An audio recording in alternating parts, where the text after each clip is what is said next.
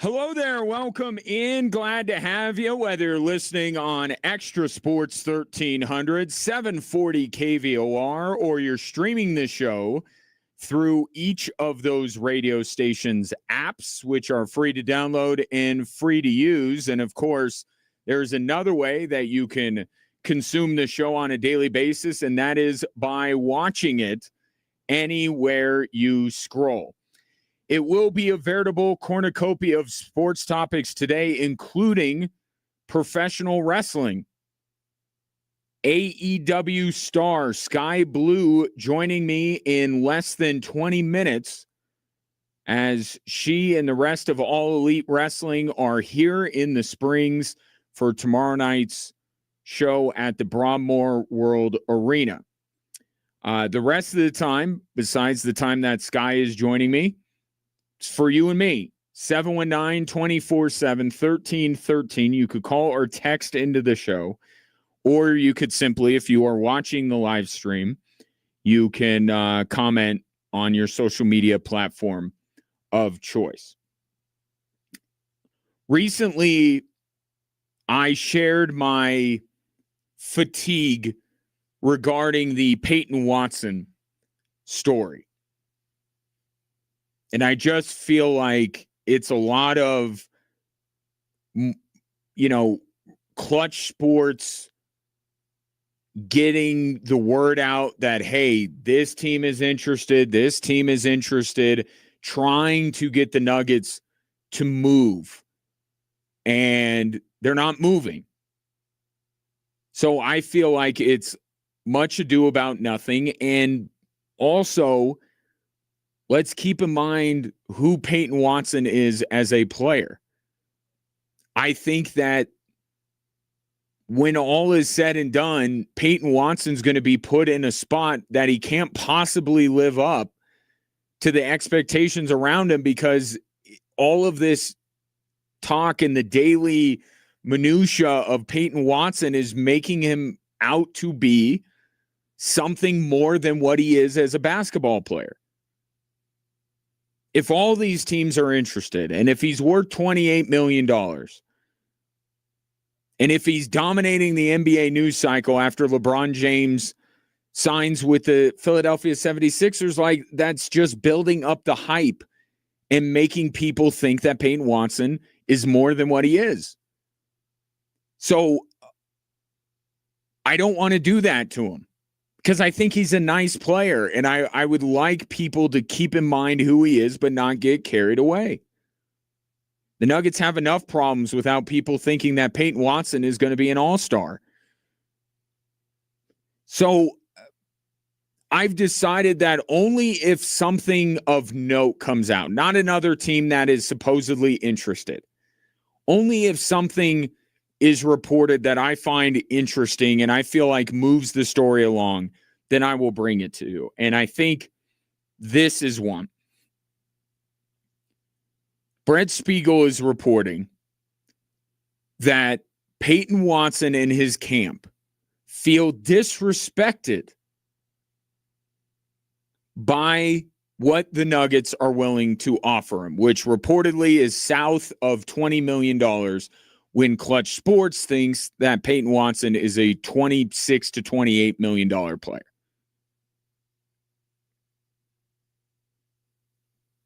They're throwing around the D word. Something that you should not throw around lightly, because it is important in sports. Respect. Peyton Watson and his camp feel disrespected by the Denver Nuggets. They shouldn't.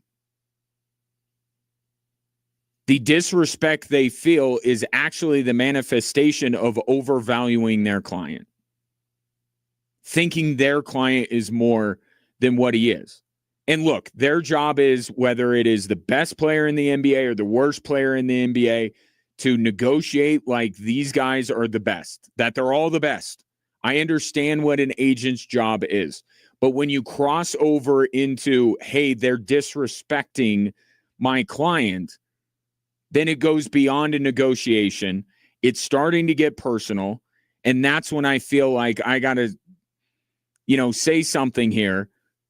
The Nuggets aren't disrespecting Peyton Watson. In fact, with all the mismanagement of this basketball team that has happened over the last few years, they're finally getting something right.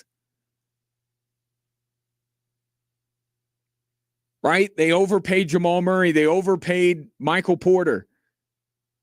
They bet on Julian Strother and Jalen Pickett and Zeke Naji. All of these things that have happened to where you're going, what are the Denver Nuggets doing? Finally, for once, you look at the reported thought process of the Denver Nuggets and you go, you know what? You're right. Peyton Watson is not worth more than $20 million. He is a bench player. He is a role player, and you're not going to pay him upwards of $30 million when you're already into the second apron based on one good month of basketball. And I have to keep going back to that. 1 month when Nikola Jokic was out, Peyton Watson, to his credit, stepped up in a major, major way. And then the minute Jokic returned, there was regression to the mean. That Peyton Watson that you saw in January, if you're a Nuggets fan, you don't want to see ever again.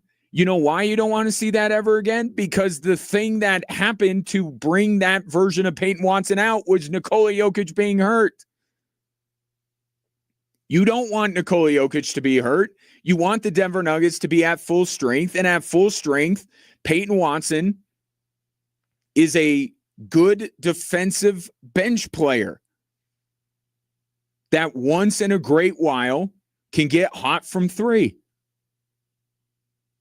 He's a role player. The only way that you're going to get that version of Peyton Watson routinely is if you trade him to a place like Brooklyn, where he's going to get all the minutes and there's no one around him where that he has to look at and say, well, I got to defer to this guy. Is he deferring to Michael Porter? It's the same. And bringing up Michael Porter, it's the same thing that happened with him. Michael Porter, as you see him now in Brooklyn, was never going to happen in Denver. That version of him was never going to happen. Because the Denver Nuggets are better, because the Denver Nuggets have players better than Michael Porter Jr. that need the basketball.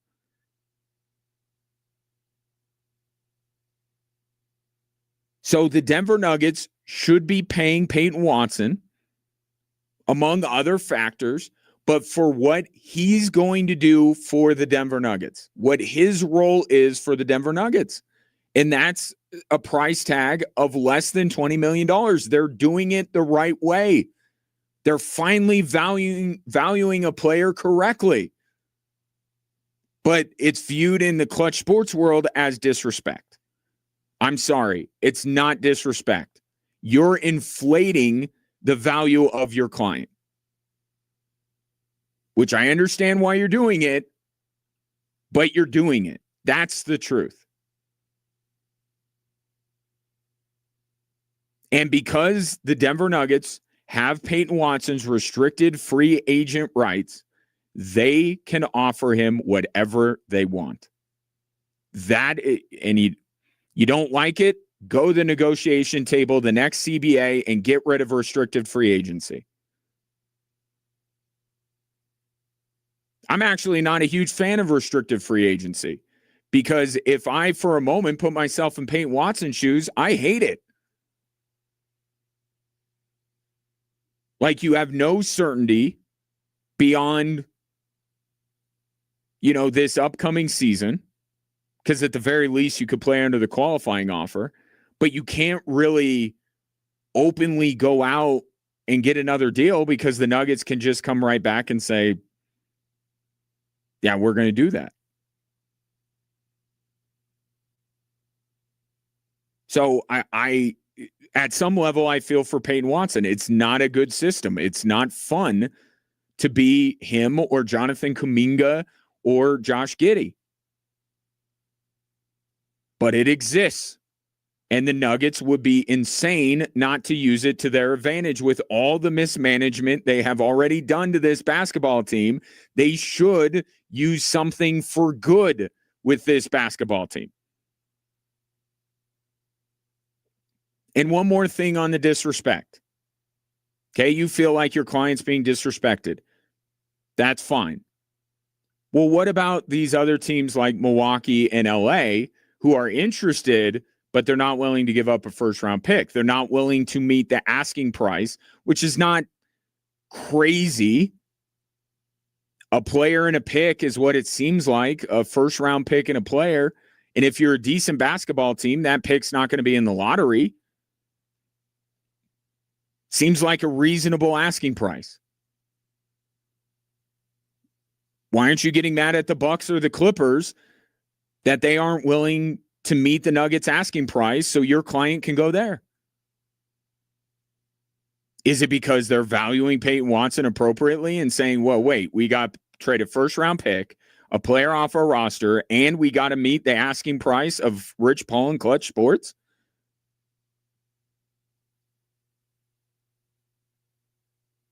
We always say this when a guy gets paid a ton of money, or the pro-labor side of the equation in sports always come out and say, hey, it's what the market paid for him.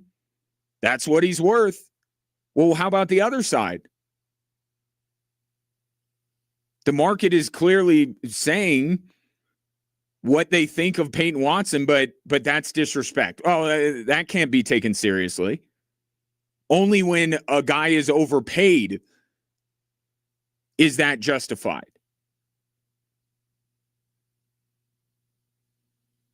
It goes to my fatigue with this story. And it's like, it is too much about a player of Peyton Watson's caliber. It's getting to be too much. Now, where's the resolution? I mean, because at some point, this thing's got to be settled one way or another. Here's Shams Charania on ESPN. Biggest question for the Nuggets right now surrounds restricted free agent Peyton Watson. This is still an outstanding issue that the Nuggets have right now, and I'm told they are in active trade talks with multiple teams on a Peyton Watson sign and trade. That includes Cleveland, Milwaukee, and the Clippers. There are combinations of player packages, pick packages as well. So either they're going to trade him, or you could potentially have him back on a one-year, $6.5 million qualifying offer. So let me pose that question, because it really does seem like neither side is going to get their way, their top choice. Rich Paul is not going to get Peyton Watson to sign for more than what Christian Brown makes, north of $25 million. He's not going to get that. Okay? The Denver Nuggets probably aren't going to get Peyton Watson to agree to a multi-year deal that pays him less than 20. So to Shams Charania's point, you're either looking at the Nuggets trading Peyton Watson or signing him to the qualifying offer, which would almost assuredly mean that this is the last season of Peyton Watson in Denver. So I ask you which you would rather have.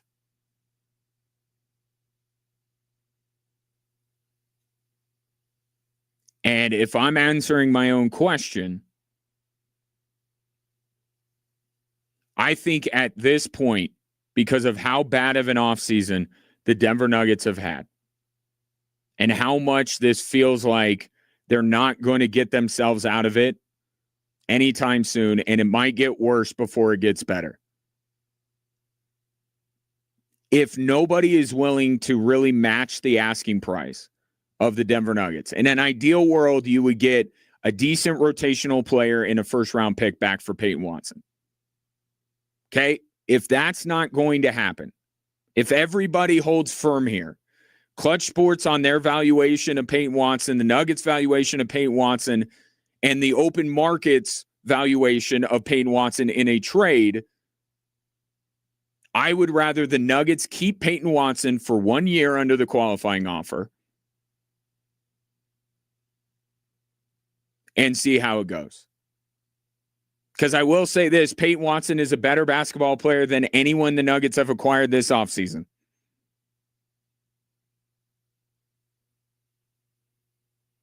So that's kind of where I'm at with it. Sign him to the qualifying offer. I guess there's a non-zero chance that the two sides make up on this. I doubt it, but there's a slim chance of that happening, and maybe you reopen negotiations after the year or negotiate with him during the year for that matter. He'd be in the building. We have this standoff right now, and no one is willing to pay or to acquiesce. So if the Nuggets can't get a player in a first-round pick, if Peyton Watson's not going to sign for less than 20, if the Nuggets aren't going to offer more than 25, then just put pen to paper on the qualifying offer and let's move on here. Because I'm telling you, the Nuggets still got to make moves. They still got to deal with the second apron. Take your thoughts, 719-247-1313. How would you like to see the Peyton Watson saga? And it is a saga at this point. It's rivaling Odysseus. It really is at this point. It's taken much longer than Odysseus getting home. 719-247-1313. Coming up next, AEW star Skye Blue joins me as she and the rest of AEW will be in town tomorrow night at the Broadmoor World Arena.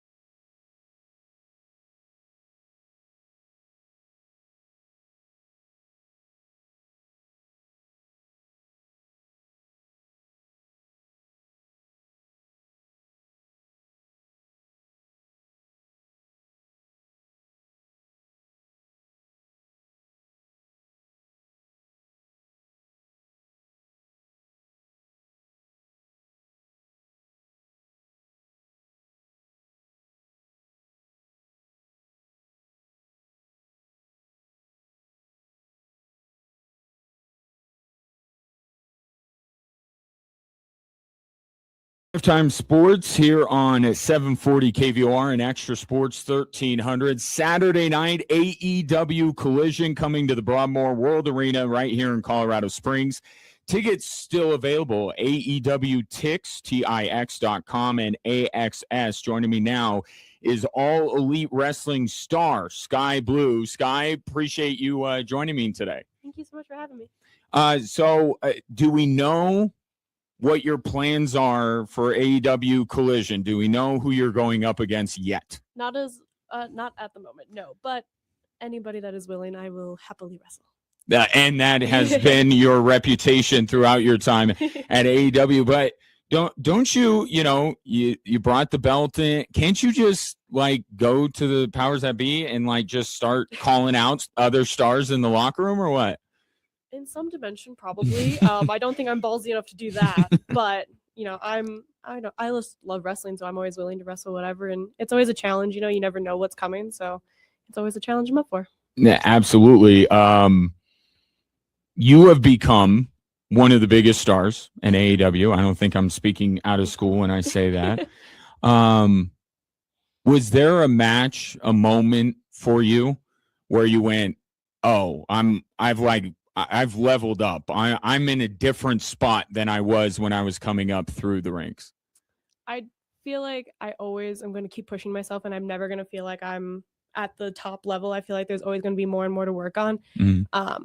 But I do feel like I've felt the most comfortable, like as a TV wrestler with Julia and Tekla by my side. I feel like I've been able to become the best version of myself as a wrestler with them. I can bounce ideas off of them. We can work together. We can, it's more brains to pick and more opinions. I would imagine that some in your business would rather not be, with a group or a tag team, but you're saying that has actually brought out the best in you, and you want that, right? Yeah. I feel like we're all enough of individuals that we still stand out on our own, but having I've known Julia since I've started at AEW, so she's my girl, and being able to bounce ideas off of her and just know that we both have the same goal, and it's not a competition. It's this is what we want to do, and we get to do it together. So it's just a positive thing. Absolutely. All Elite Wrestling star Skye Blue joining me here in studio. She'll be at the Broadmoor World Arena Saturday night for AEW Collision. I've talked to you a little bit here, and I've enjoyed speaking with you, and I don't think I would like getting in the ring with you. So, I mean, how do you bring that, the side of you that we see in the ring, how do you bring that out of it? Is it just once you step in, it's like boom, or is there a process? It is. Sometimes it's harder than other days, it's hard. You have to mentally be prepared to go do what we're about to do, what we put our bodies through. And there'll be some moments right before I walk out the curtain that I'll freak out and I'll panic and be like, oh my God, what am I doing? What am I doing? But the second the music hits and you walk out, a switch flips and you just go. And it's this is what I fell in love with when I was a teenager. So it's you just got to flip that switch and go do what teenage you fell in love with. What you mentioned that you started when you were a teenager. Even when you were younger than that, was it always going to be professional wrestling for you? No, I didn't. It wasn't until I was 16, 17. So my parents were wrestling fans their whole life. So it was kind of always on, but it wasn't until I was older that I was like, oh, this is pretty cool. And then I saw a hardcore match. I think somebody went through a table or a chair or a something. And I looked over at my mom and was like, hey, I'm going to do that. And she went, no, you're not. So I had to prove her wrong. And here we are almost 10 years later, proving her wrong still. There you go. But in a nice way, because the nicest way possible. Mom, right? But I still have to give her a heart attack every now and again. Absolutely. First time you put somebody through a table. That I put someone through a table? Yeah. Oh God, I don't know. Or you jumped through somebody on a table. Like you said, you were inspired by the hardcore matches, so I gotta imagine tables. I don't know. Doors were easier on the indies because they were easier to get to. Yeah, right. And doors are hollow, so they break a lot easier and they hurt a little bit less than tables. Yeah, there you go. But probably maybe 2 years in, 3 years in, something around there. Yeah. And then when you did it, you're like, this is exactly what I thought it was going to be. It is so much fun. It's a special kind of adrenaline rush. When you were growing up, did you, do other sports and stuff? Because, I mean, obviously you're incredibly athletic. Yeah. So I did volleyball in primary, like grade school. I went to like a private school, so it was like a mush of grades. It wasn't like a proper thing. But then when I was in high school, I ran track and field. Nice. And do you find that I mean, do some I would imagine just the preparation as an athlete more than anything else translates. Like having a regimen and like the workout, the mindset to this is their workouts, this is our diet, this is, the things that we do for the sport. So that I think definitely helped. Yeah. How far does that go? I mean, when you're on the road, which makes obviously a little bit more harder. Difficult. So, I mean, how intense is your regimen, the diet, everything that you need to do to perform at your peak? So I try to work out at least 5 days a week. Eating is a lot harder on the road, but we just try to eat as clean as possible on the road. Kyle's really good. He can like pack some of his snacks and like frozen things. I can't do that. I will go crazy if I try to do that. But then when we're at home, it's much easier, we do the meal prep, we do the eat the healthy dinners, home cooked foods, work out in the gym or go to the proper gym. We have a gym in our garage, so that's really nice. And then just getting in the ring whenever we can or whenever we feel like we want to try something or pick each other's brains and just work on it. How is that dynamic? I mean, you're with each other obviously all the time, but you talked about, picking each other's brains and stuff. I mean, what is it like going through all of this with somebody like Kyle? I feel like it is the greatest blessing ever.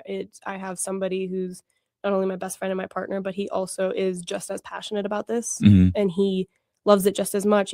He came up from a different background. He wrestled in Australia, he wrestled in London and Japan before he came to America, whereas I started in America and only just got to go to Japan for the first time. So it's very cool being able to pick his brain because he just has so many different outlooks on things and so many different ideas than I would have from coming from America than going to the other countries. So I'm just super grateful to have him and be able to just do this crazy life and this dream that we have and we get to do it together. It's awesome. How is the wrestling culture in Japan differ from the United States? It's crazy. Like their type of matches are completely different than American TV matches.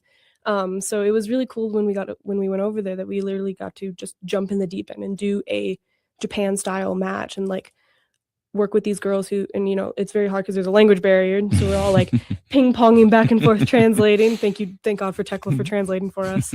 But it was one of the most surreal things I've ever done. If you would have told 17-year-old me that I was going to go wrestle in Japan and win a belt, I would have never believed you. And do you ever part with that? If I had that, it would be over my shoulder, around my waist, 24 hours a day, especially at home. At home so the cats love to lay on it or lay near it, which is really funny. So we always like take pictures with the cats when they lay by the belts. But I always get so scared when we're traveling, or even just like if I check the bag like 4 different times, even though I've seen myself put it in the bag, I have to make sure it's in the bag or else I freak out. I'm like, did I lose it? Where did it go? Because I'm like, I can't lose it. It's from Japan. Like they will kill me. It's not a carry-on though? So no, I do put it in my carry-on. I just have like, I'm such an anxious person that I'm like, I know I saw myself put it in there, but just in case. No, now I understand. Yes, I go through the same thing when I'm on the road as well. Same with the passport. You have to check for the passport 4 different times before you get to the airport. Yeah, it's you have no other choice but to confront it, right? Exactly. One day maybe you'll ride a bus everywhere, but for now you got to hop on flights everywhere.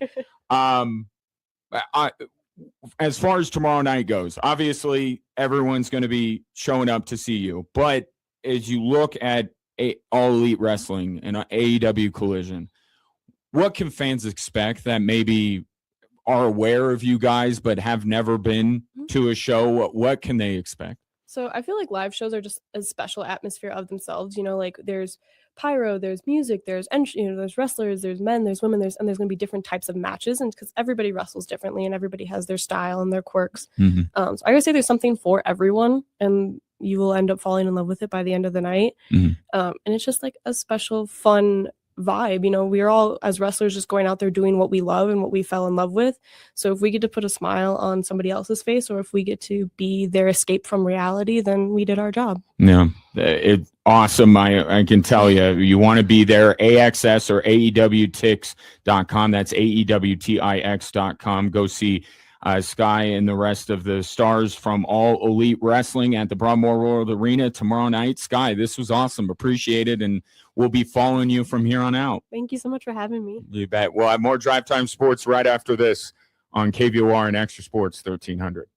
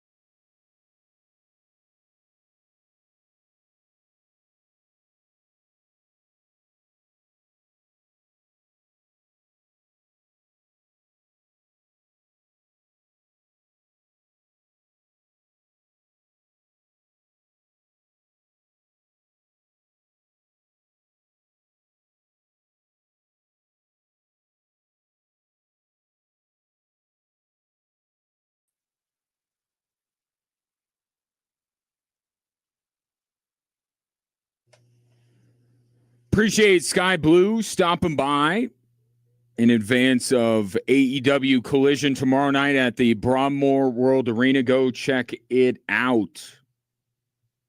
Whether you're a wrestling fan or not, just one of those events. It's kind of like hockey in this way. Like maybe you watch it on TV and you're like, yeah, it's not for me. But once you're there amongst fans and feeling that energy, it's awesome.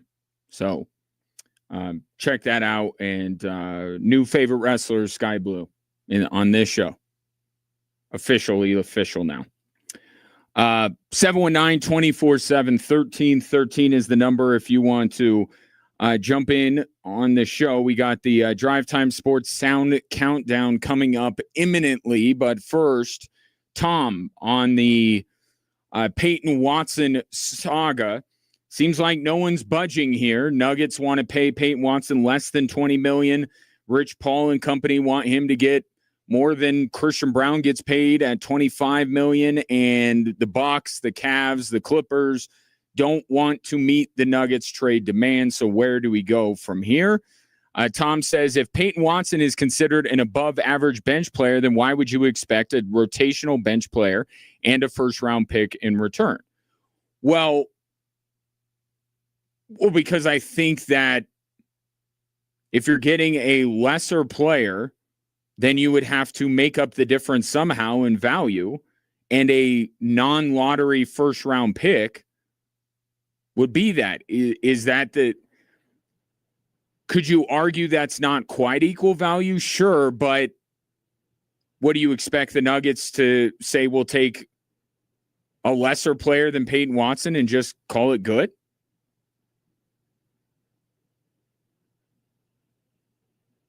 What if they were able to get a first-round pick for Peyton Watson? Would that be agreeable? Like, the Nuggets can't forget here, and we can't forget when we're discussing this, the Nuggets have the hammer here. They have the leverage. Okay, so they should not just accept whatever deal comes down just so they're rid of Peyton Watson. So could you argue that a lesser player in a first-round pick is more than Peyton Watson's worth? That's what Cleveland and Milwaukee and LA are saying. Okay, you could argue that. But is it exorbitant? I don't think so. And with the Nuggets, they can just bring back Peyton Watson. So why are they going to take nothing in return for him? Again, this is the one thing they have done since they won a title that you actually look at and say they're doing the right thing here. They're using the leverage that restricted free agency gives them. They're not trying to overpay Peyton Watson like they have overpaid multiple players on their roster. And they're not willing to just give up Peyton Watson for nothing because other teams want him and Rich Paul is upset.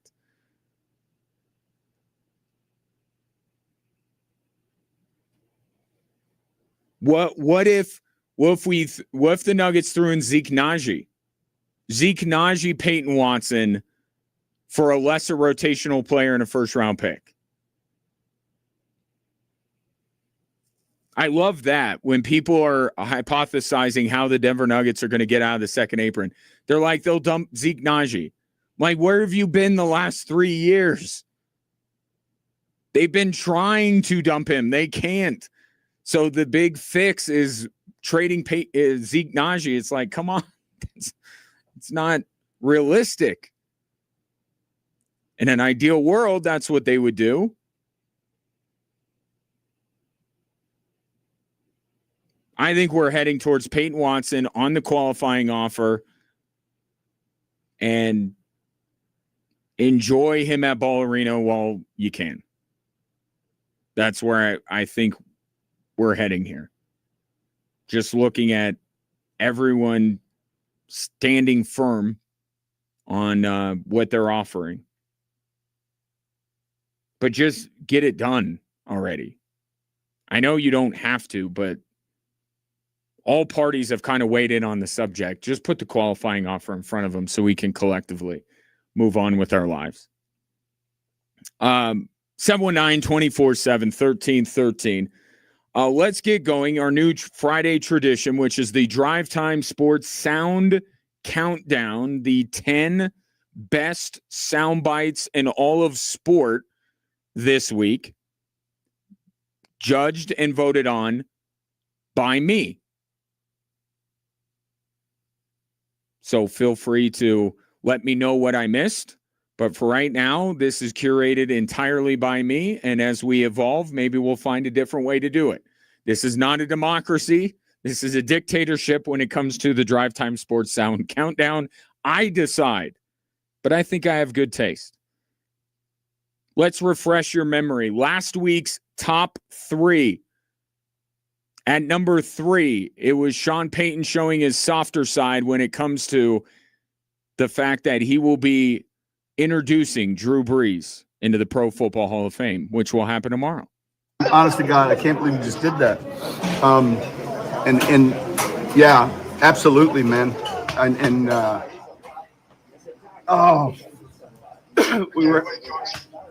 Listen, we've done enough of this. Like all of a sudden, it's awesome. I can't wait. I love you too.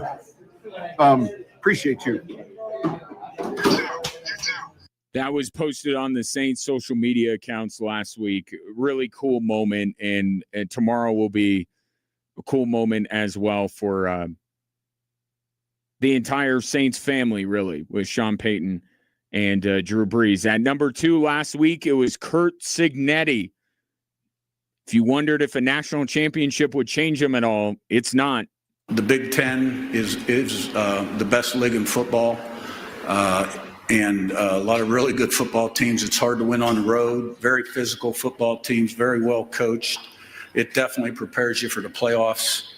There's no doubt about it. The numbers speak for themselves. I mean, we don't run a hype machine up here in the Midwest. We believe everything's earned, not given.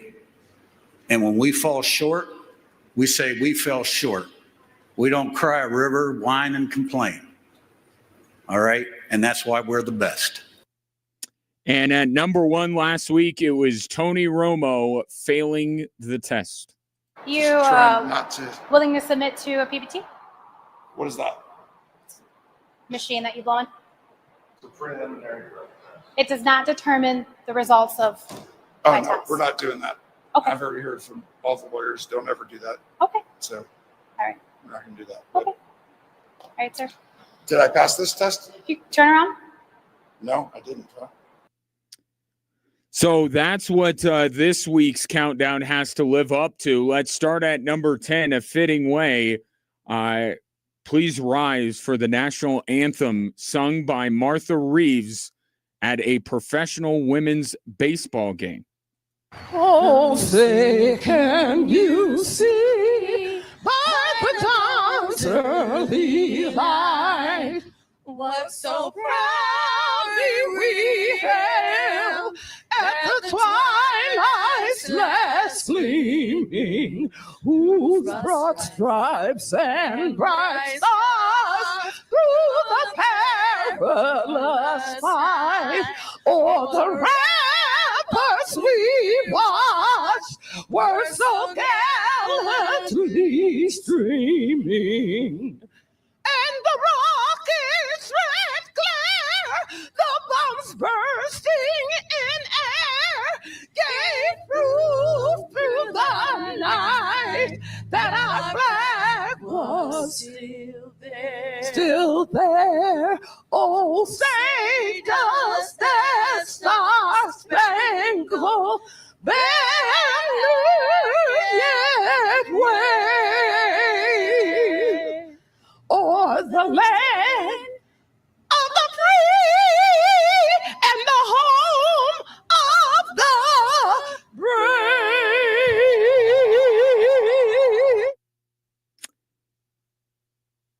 Move over Roseanne Barr, move over Carl Lewis.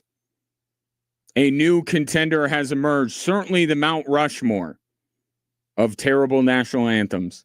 What a way to start your league, right? People in the stands excited for professional women's baseball, and that's how you start.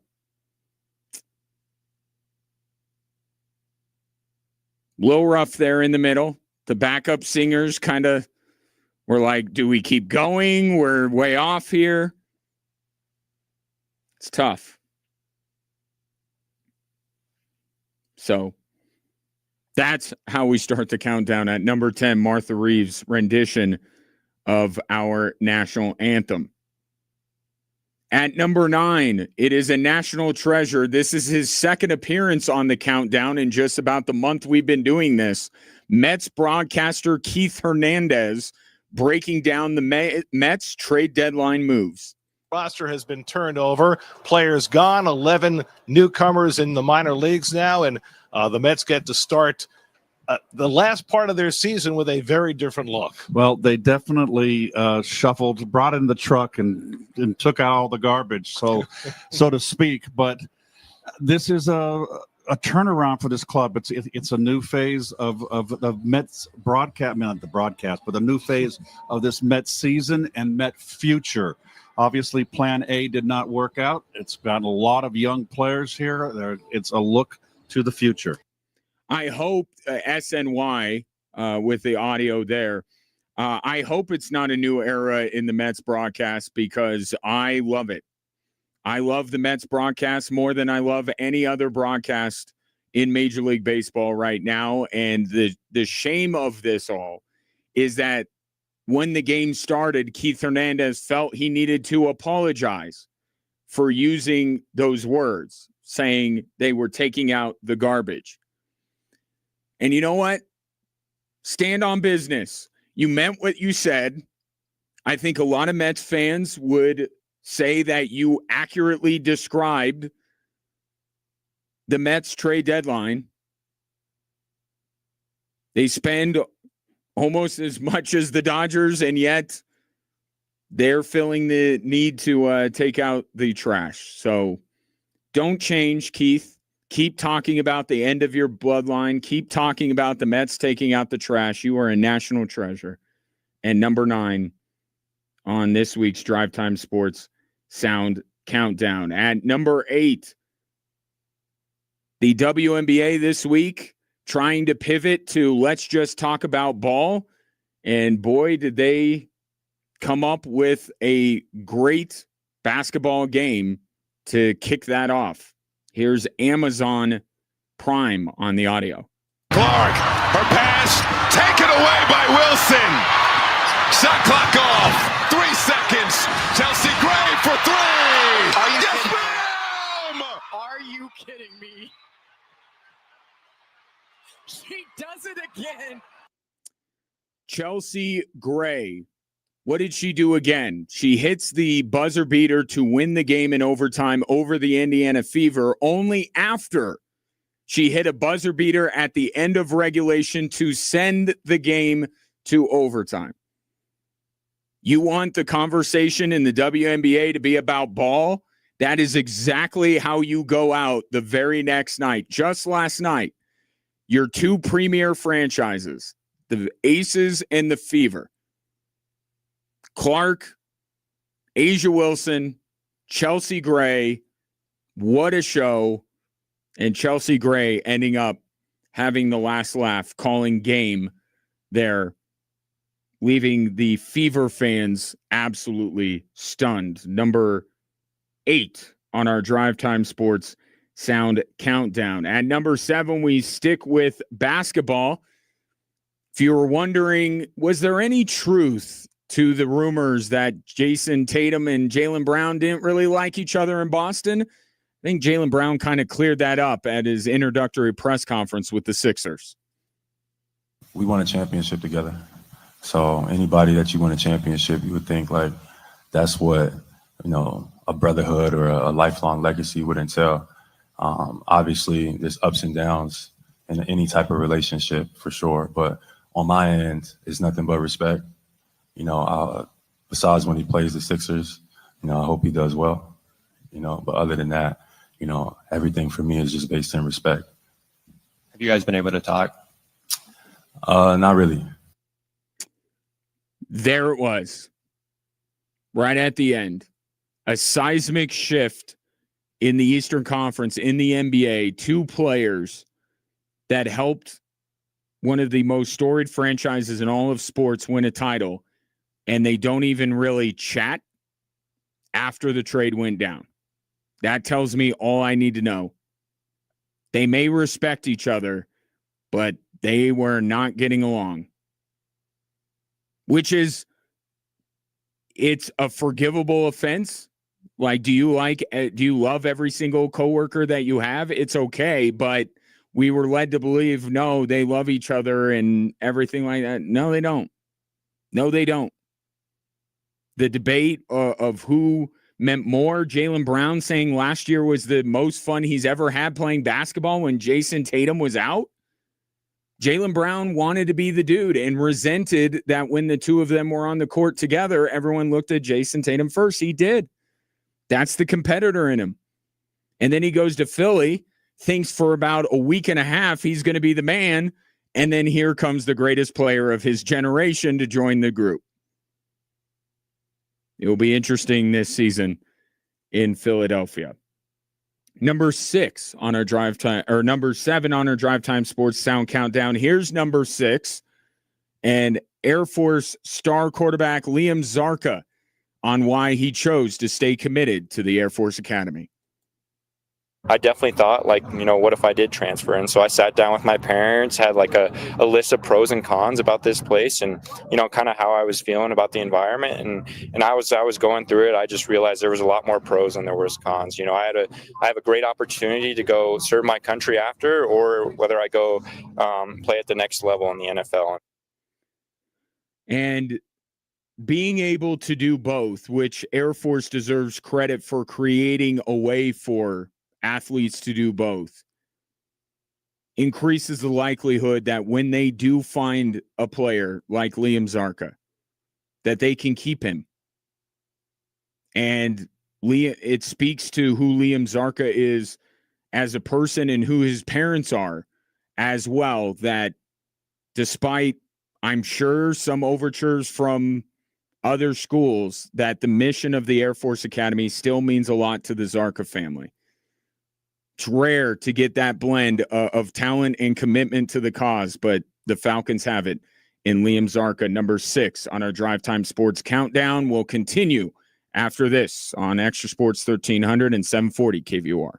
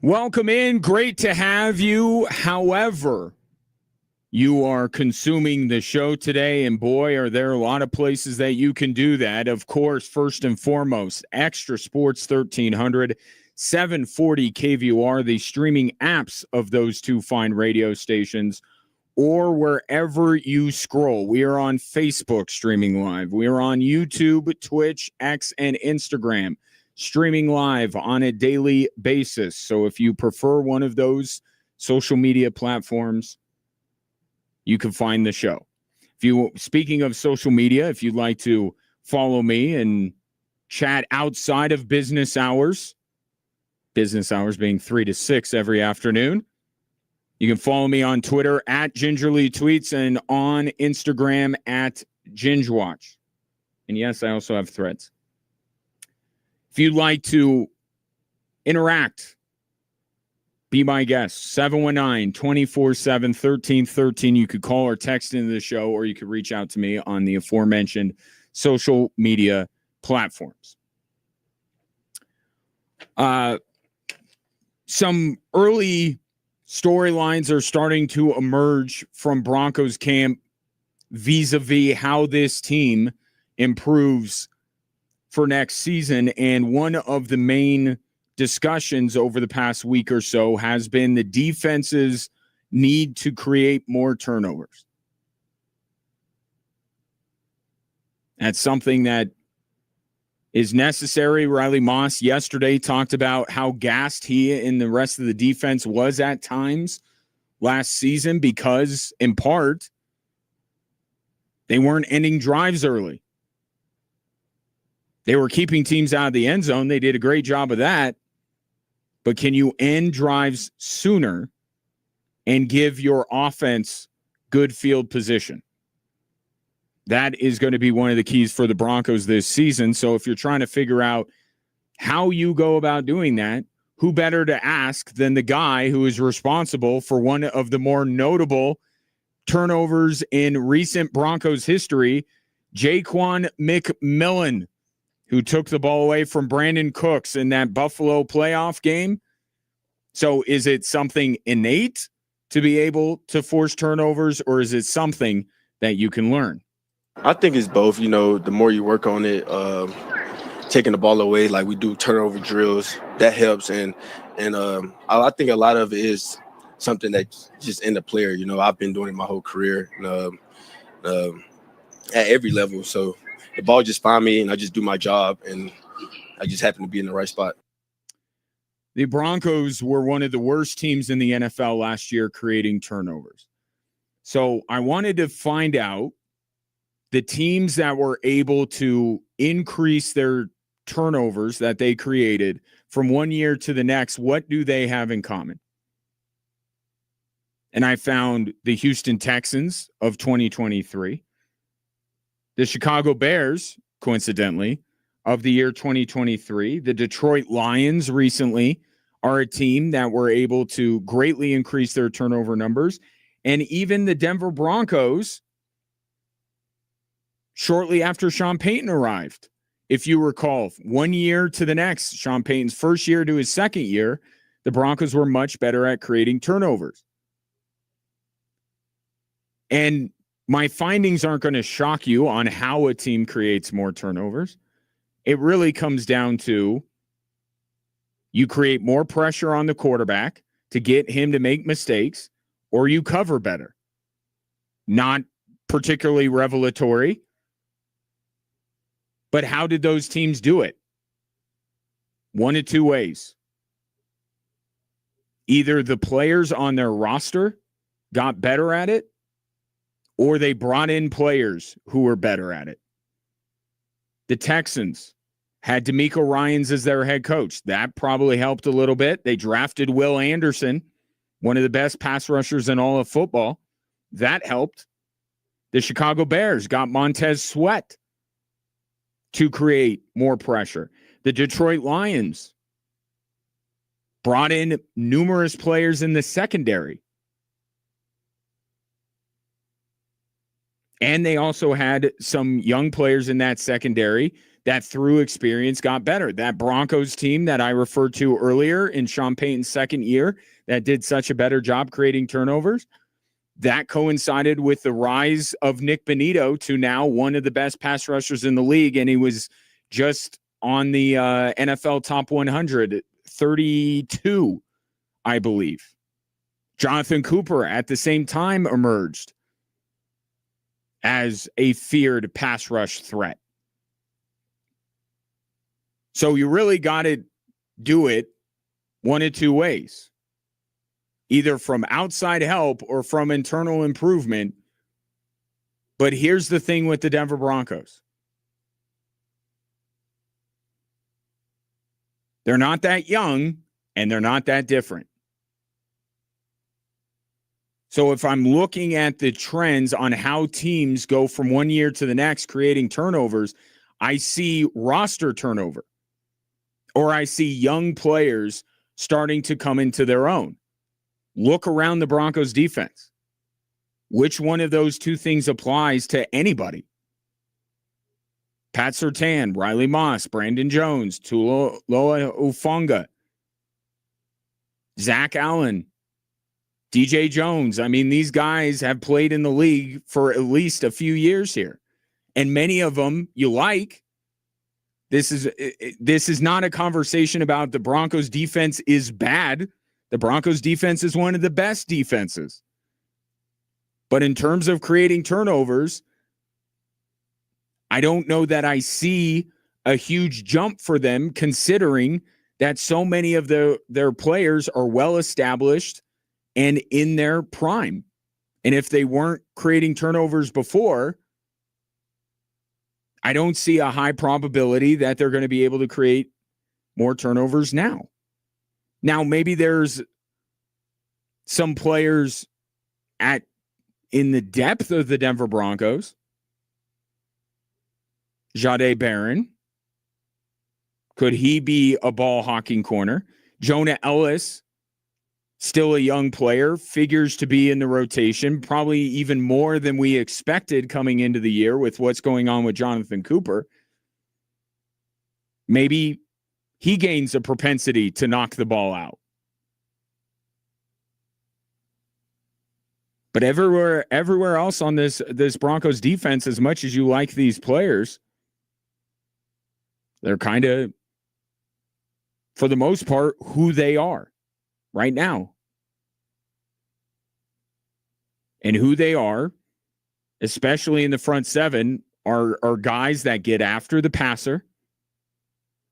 They do that as well as anybody. In fact, this year, I expect the Broncos to mount another charge at setting the single season record for sacks. I don't see them dropping off in terms of their ability to generate a pass rush. But they did that last year, and it didn't lead to many turnovers. So the improvement that the Broncos defense is going to have in creating turnovers, I think they can create more turnovers. But if you're looking for a transformation, you got to look to the offensive side. That's where the transformation has to come. That's where it's got to look a lot different. And there's a chance that it could, right? You bring in Jalen Waddle. He's new. Bo Nix is still young in his NFL career.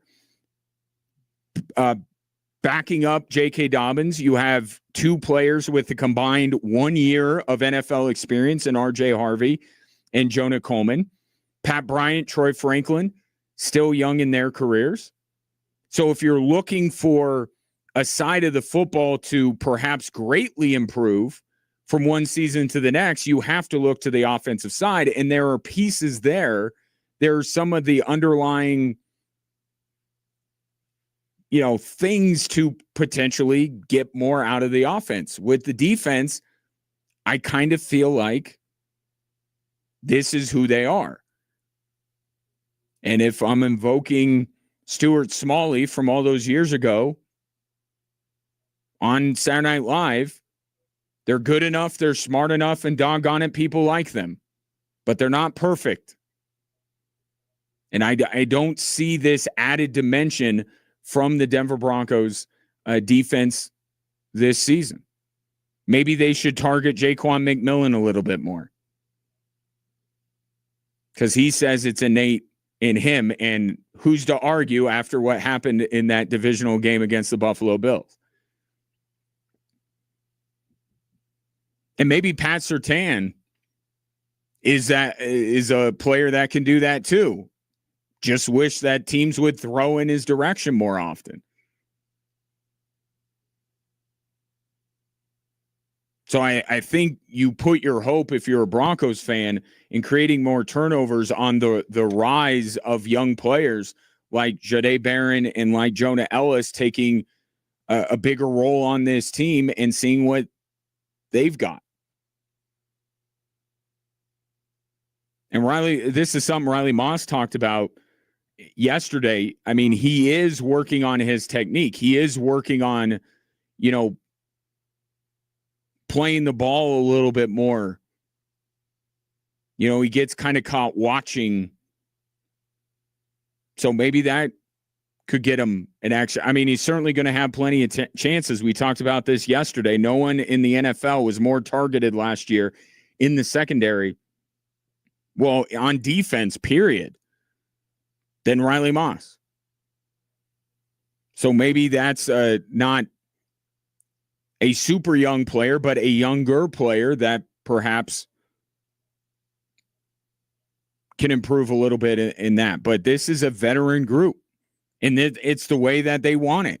They prioritized a specific set of skills with these players, and to their credit, they are doing it. Zach Allen is getting to the quarterback. Nick Benito is getting to the quarterback. Jonathan Cooper the same way. That's what they made their bet on, is that if we generate pressure, if we get to the quarterback, that's how we're going to be the best version of ourselves as a defense. And they were terrific last year. Again, this is not, saying watch the Denver Broncos defense get run through all next year. They're going to be tough. But I still look at solving the Broncos' problems, as far as the defense being gassed and having to hold the team in the game. I put that on the offense. I just think it's asking too much of the defense, who is already superb at getting to the quarterback, to also do these other things. But that doesn't mean the Broncos shouldn't try. And they are. It's been an emphasis. They're trying to figure out different ways to be better at creating turnovers, and they should absolutely keep doing that. I just wonder, with a veteran group, whether they are capable at this stage in many of their careers of turning into a ball hawking linebacker, corner, or safety. Take your thoughts. 719-24-7. 13-13. Creating turnovers. Innate, or do you got to kind of, or can you work at it and improve? And do you expect the Broncos to this season? I mean, with everything that happened last year for the Denver Broncos, if the defense creates a few more turnovers, let's say adds 3 or maybe 4, I mean, that's the little bit, right? That's where we're at with the Denver Broncos. You get to the AFC Championship without a Bo Nix injury. You could talk yourself into the Broncos should have been in the Super Bowl. Now we're just talking about little incremental improvements. That's all we're talking about. So if, improving on the margins, which has been a staple of Sean Payton's team since he took over, these little margins that the Broncos are going to be better at than their opponent. So if the defense creates a few more turnovers, that makes the Broncos just that much better. But a transformational change, and all of a sudden the Broncos are leading the league in turnovers, I don't see it. 719-24-7. 13-13. Coming up next, why the Dodgers, for all of their faults or perceived faults, are actually not the biggest rule breaker in the city of Los Angeles. That's next.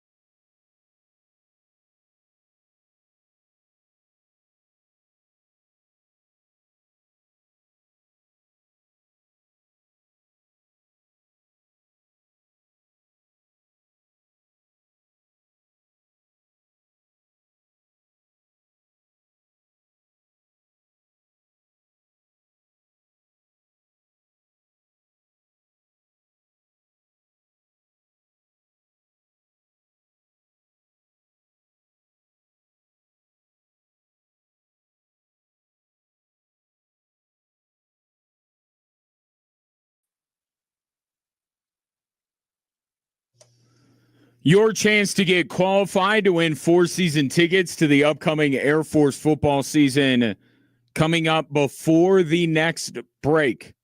So lock in. Give you the contact info and all that here shortly. In the meantime, not that I feel bad for the LA Dodgers with all the flack that they are getting, because I think, some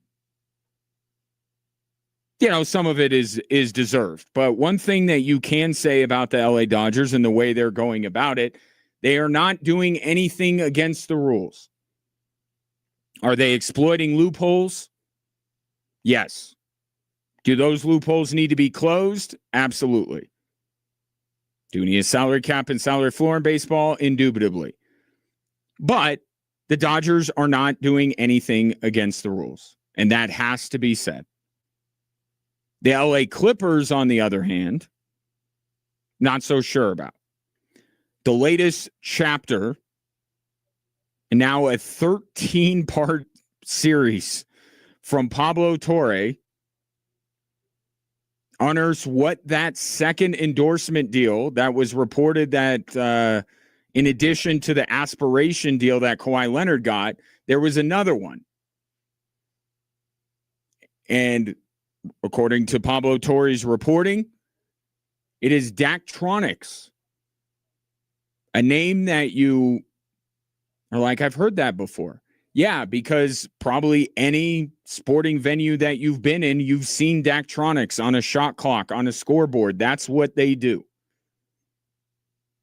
Pablo Torre is reporting that Daktronics also gave Kawhi Leonard a no-show endorsement deal with the explicit intent to help the Clippers circumvent the salary cap in order to keep Kawhi Leonard in LA. This cap circumvention against the rules. There is no cap for the Dodgers to circumvent. So here's why it matters. Okay, I don't buy at least Steve Ballmer is doing everything he can to win. That's a nonsense argument, because sports is based on fairness. It is based on the knowing that you're watching two competitors going at it. Everything is on the up and up. They're playing by the same rules and now even playing field, and we are going to see who the best is. And when one guy who can flex his financial muscle and his power over a company like Aspiration or Daktronics, which reportedly was in a really bad spot until they landed the big deal to build that Halo board that goes around Steve Ballmer's Clippers arena.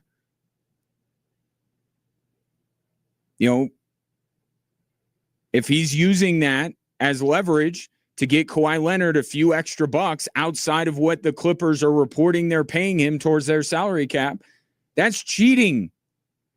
I don't want to hear at least Steve Ballmer is doing everything that he can to win, because we have, as a sporting society, established that there is a line, or there are multiple lines that we draw and say this is unfair, this is cheating. Circumventing the salary cap is cheating. And that's what the Clippers are being accused of. And if they did do it, if the NBA at some point gets around to agreeing with Pablo Torre's reporting, there should be a punishment for this. And what I suggest, if you want ultimate justice of the options that are on the table, what the NBA rulebook says the NBA can do in a cap circumvention case, justice would be ultimately served if they simply voided Kawhi Leonard's contract. Right? This is, I don't know how you phrase it, this is an illegal, ill-gotten contract. You skirted the rules in order to sign him to a sweetheart deal. That's what Kawhi Leonard gave the Clippers with his extension, was a sweetheart deal. He did not take the most money he could. And now we know why. Or we think we know why. Because he got millions of dollars in no-show endorsements to supplement what he was giving up by signing with the LA Clippers. So if you void Kawhi Leonard's contract, you are punishing the Clippers because they will not be able to consummate this trade that's on the table with the Toronto Raptors. They will not be able to benefit any more than they already have from Kawhi Leonard being an LA Clipper. Now he's just a free agent. So you don't get Grady Dick, you don't get Brandon Ingram, and you don't get those picks that the Raptors promised you. And the punishment to Kawhi Leonard, because the suspension is not really on the table, you can't suspend. This is being reported by Sportsnet in Canada. You can't suspend a player for cap circumvention. So how do you punish Kawhi for doing this, which he had to have known, like this isn't on the up and up? So how do you do that? You release him into a free agent market where nobody has any money. And he's free to sign with the highest bidder. But those highest bidders are not going to be the highest bidder from a few years ago when he decided to take less money with the LA Clippers. He could have gotten more from somewhere else. So if he becomes a free agent, he can go to Toronto if he wants to. But he's got to do it as a free agent, and he's got to fit within their salary cap.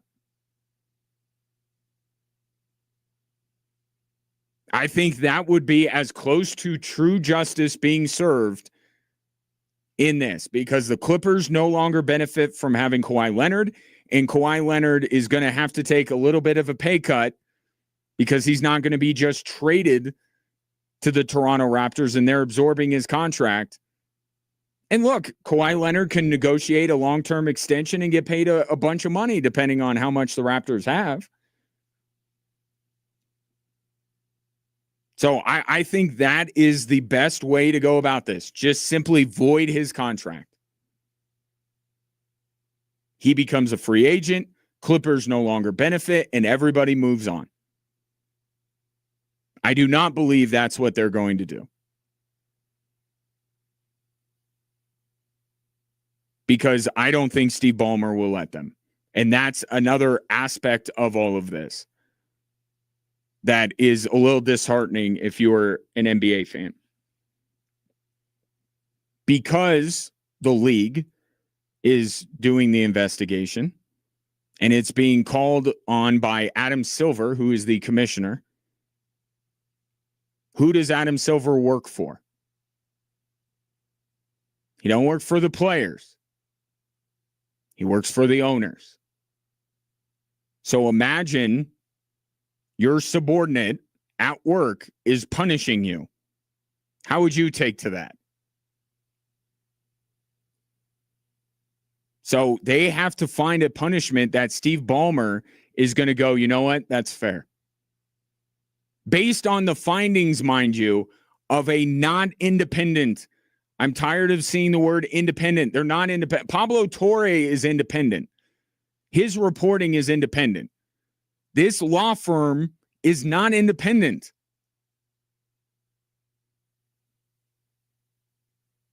This is like kangaroo. This is a kangaroo court. This is the NBA policing themselves. This is not an outside authority coming in and saying this is what happened and this is what you need to do. It's not a truly independent law firm. So I don't know if we're ever going to get the absolute truth on what the LA Clippers did. And then when the punishment comes down, just know that Steve Ballmer will have had to agree to it. Which already means it's not going to be as much as you would hope it would be. Or it should be, for that matter. Forget what you hope, what it should be. It should be voiding the contract. That should be the punishment. This is an invalid contract. It's voided. And whatever happens out of that happens. So it'll probably be a financial slap in the wrist, maybe a forfeiture of a draft pick, which, by the way, the Clippers are taking on more draft picks from the Toronto Raptors. That's what I expect to happen. But it matters. There's a salary cap for a reason. And just because you're rich and powerful, you can't circumvent it. I give Steve Ballmer no credit for that. And it is insane to me that there are people out there on social media who are giving him credit. They're cheating. They cheated. And they deserve to be punished for it. But you know what the kicker in all of this is? And I keep going back to this. What would it have taken for Kawhi Leonard for this to all go away? Like, what would Kawhi Leonard have to do with aspiration or with Daktronics to be able to make it count? I feel like all he would need to do is appear in one social media ad, do one post, and Daktronics and aspiration could go to the NBA investigators and say, that's how much we valued it. We valued it at millions of dollars. That one social media post, that one commercial he appeared in. I mean, couldn't they, like, I guess I'm asking the question. Couldn't that have all, I mean, how much you pay for an endorsement deal, that's not standardized. Everybody has their own different valuations. You're going to pay more for Jalen Brunson to endorse you than you're going to pay for Grady Dick to endorse you, right? So couldn't these companies be able to, couldn't they just say, hey, Kawhi Leonard appeared in this social media ad, or he was on our website, or he did this post from his personal social media account, and we value that at X millions of dollars. I don't know that the NBA would have a case. And it absolutely could have been done with the idea of lining Kawhi Leonard's pockets more to make up the difference from what he was giving up by signing with the LA Clippers. But it would be legal, wouldn't it? But that's the thing that I continue to be dumbfounded by in all of this reporting by Pablo Torre. And it's been outstanding investigative journalism. And I don't get the people who are going after Pablo. They keep unearthing that there is nothing. They're not unearthing anything. They're not finding one social media post, one commercial, one anything with Kawhi Leonard endorsing aspiration or Kawhi Leonard endorsing Daktronics. I'm sure this practice is not confined to just the LA Clippers. I don't think the LA Clippers just thought of this idea. Hey, we can maybe save some money against the cap if we just line up some endorsement deals for this player. I don't know that that's against the rules, and I would imagine many teams do it. But what do you get out of that?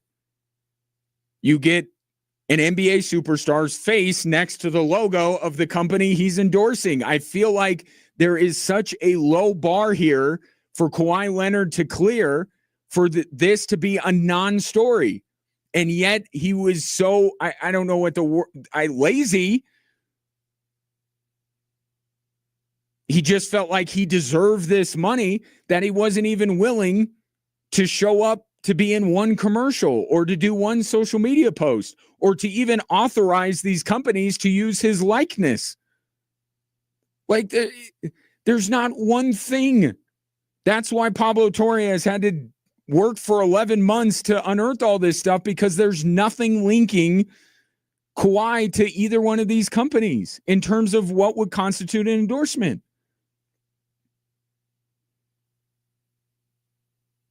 And this is not a court of law. This is a sports crime. And I feel like they could have gotten away with it scot-free if Kawhi Leonard's face just showed up somewhere adjacent to the logos of these two companies. but they couldn't even bring themselves to do that. It was such a shady deal that they couldn't even go through the motions to make it seem like it was an endorsement. And in doing that, just further makes me want them to be punished all the more. You did this brazenly, you tried to hide it, and you couldn't even do the very bare minimum to make this a complete non-story. And for that, above everything else, you deserve to be punished. Kawhi Leonard's contract deserves to be voided. He should go out into this free agent market where no one has any money, and the LA Clippers should not be able to get 2 young players and draft picks back for him. But it's kind of like the Peyton Watson deal with the Denver Nuggets. It's like, I know I'm going to be dissatisfied with the result. Can you just get on with it? Can you just put me out of my misery and, barely slap Steve Ballmer on the wrist? And so we can all collectively move on with our lives. Take your thoughts on that. In the meantime, Air Force football season coming up just a few weeks. We're giving away 4 season tickets to this upcoming season. If you are interested, be the 5th caller at 719-715-0740. The 5th caller to that number will be qualified to win 4 season tickets to the Air Force football season. Good luck, and we'll be back right after this.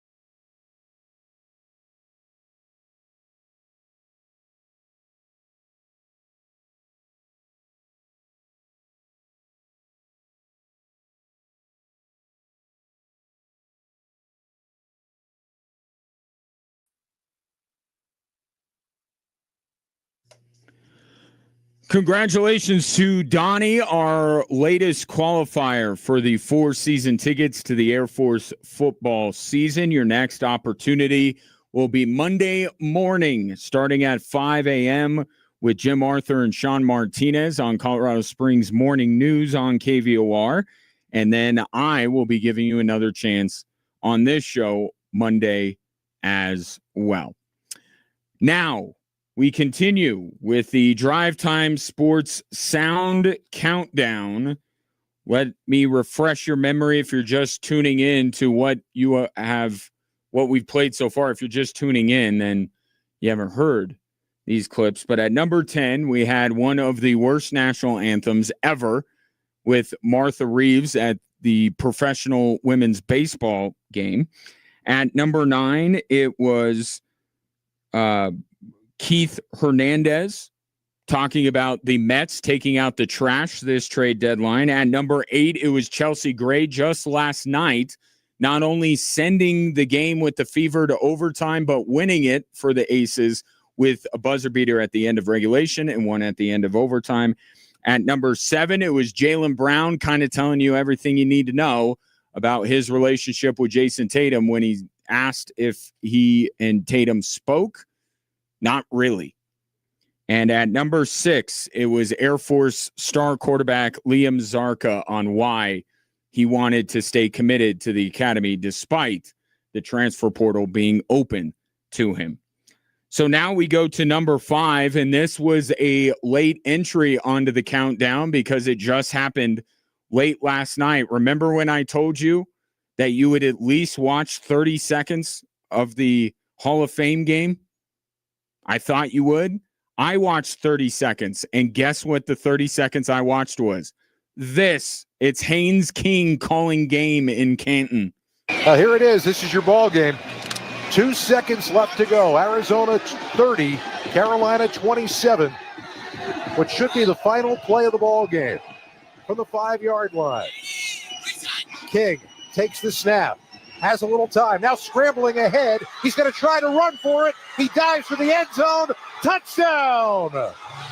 Haynes King scrambles into the end zone with all zeros on the clock. And the Carolina Panthers are celebrating like mad in the end zone. They have won the Hall of Fame game 33-30. Westwood One Sports on the call, as heard on Extra Sports 1300 last night. Buffs fans know how dangerous Haynes King is when he wants to run the football, and now the Arizona Cardinals know as he scores the game-winning touchdown. And surely there is now a quarterback competition in Carolina. Maybe there's not. But if you tuned in, you were actually treated to a pretty fun evening of football. Carson Beck was good. Haynes King played the role of hero. It doesn't count. And we will probably forget about it within a week. But if you took the time out of your evening to watch the Hall of Fame game, at least you were rewarded with some late game heroics from former Georgia Tech quarterback Haynes King. Number 5 on our Drive Time Sports Sound Countdown. At number 4, we stick with the NFL and Sean McVay talking about the best tryout period ever, period. Right before we started, so I hope you're even aware of this, like the NFL transaction wire had Aaron Donald working out with the Rams today, which I guess... Did it come across as a tryout? It did come across as best a tryout that we've ever had. Okay. You think you could make the team? Phenomenal. I think he could make the The team. kid's got a shot. Yeah, no, that was honestly our way of being able to get a workout with him within the parameters of what's necessary. But Giff Smith said it's the greatest tryout he's ever had. Football Daily podcast, the audio courtesy of there, and that is the moment that you go, yep, Aaron Donald's coming back. Had a tryout with the Rams. You can hear the giddiness in Sean McVay's voice. Now it's just a matter of when, not if. Will it be from week 1, or will we see Aaron Donald month 2 of the season, midway through the season? That's really the only question that has to be answered now. And then the bigger question of how good will Aaron Donald be? And I think that Aaron Donald does not, and I heard Louis Riddick echo these kind of same sentiments, or I guess I'm echoing his sentiments that he shared on the Dan Patrick Show yesterday. Aaron Donald doesn't strike me as someone like Robert California in The Office who would waste his own time.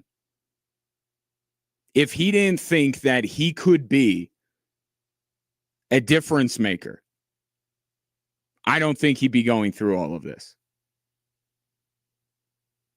So can we expect him to be unblockable and defensive player of the year level Aaron Donald? I would like to temper the expectation a little bit in that regard. But the guy's going to make a difference. And if you don't believe he can make a difference, believe the fact that you got to worry about Myles Garrett, and maybe that will make things easier for Aaron Donald. But that's the evidence. That's what you need to know. Sean McVay today is openly talking about how Aaron Donald looks. He's coming back. He's going to play for the LA Rams, and the rich absolutely get richer. Number 4 on our Drive Time Sports Sound Countdown. At number 3, we go local. We like to go local on the Drive Time Sports Sound Countdown. Here is Broncos quarterback Bo Nix choosing to run.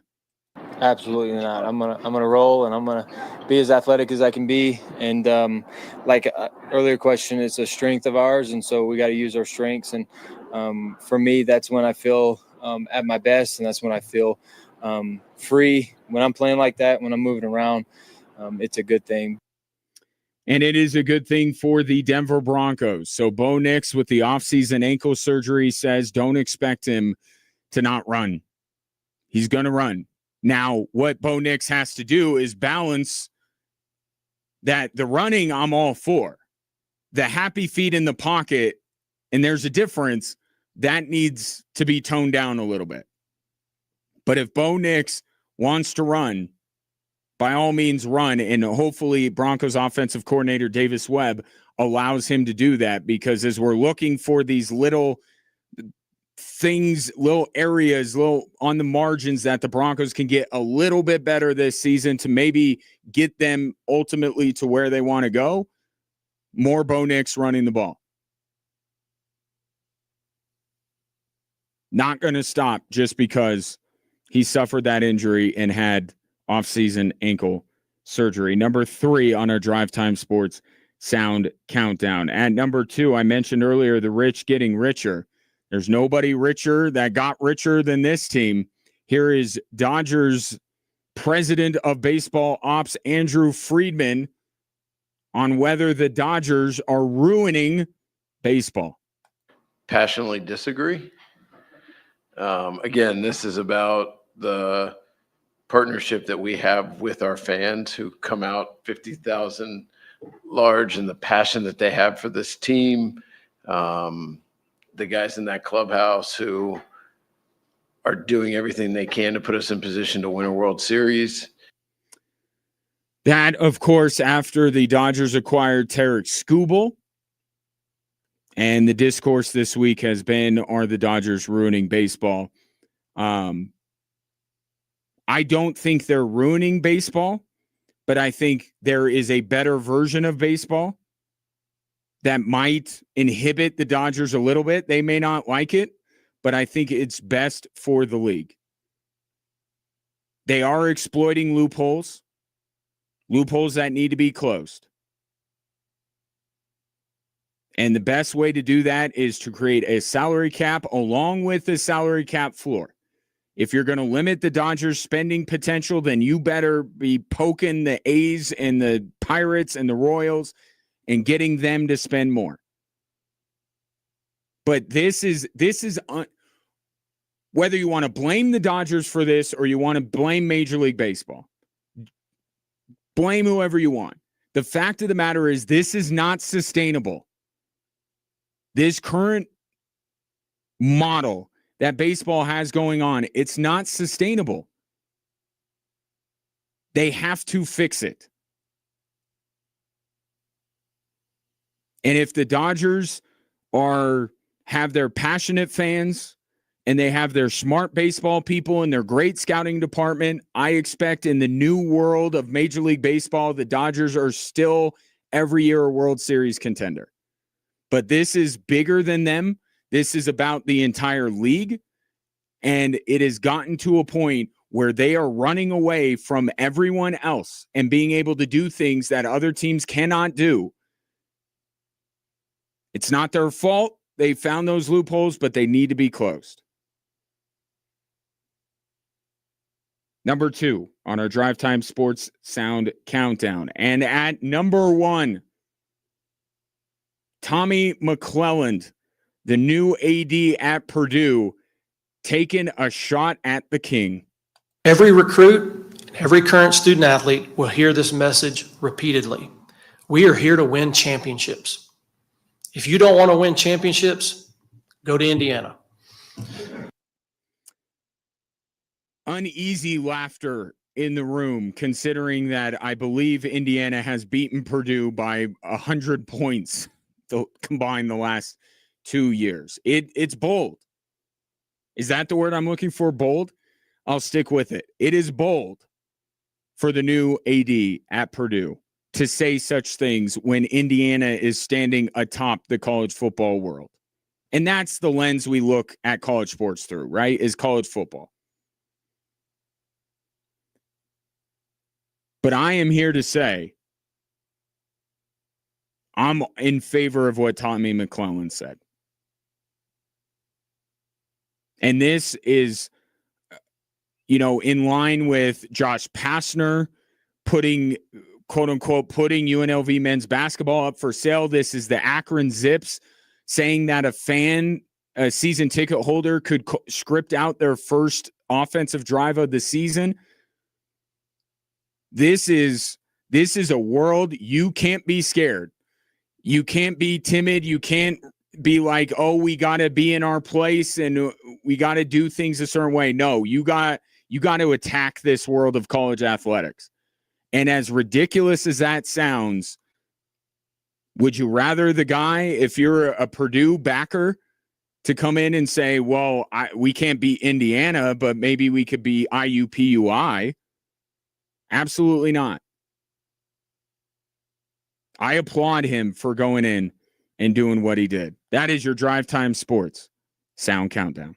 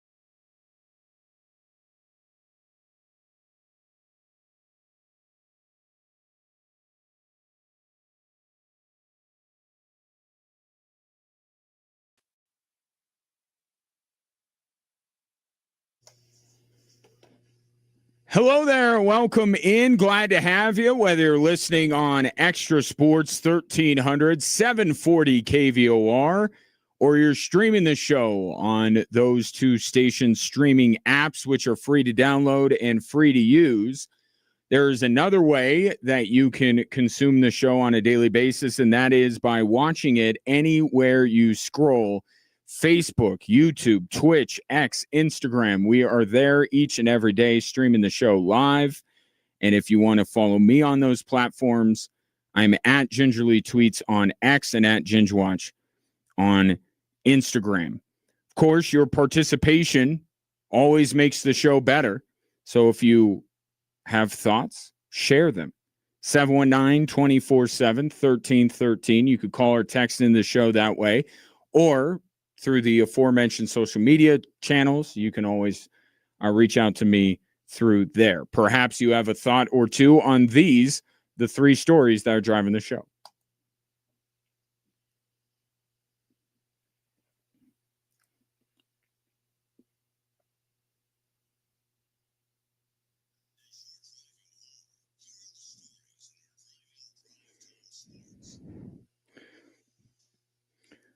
All right, we start with the guy with one of the best interceptions in the history of the Denver Broncos on whether you can learn how to create turnovers or you're just born with it. Here is Jaquan McMillan.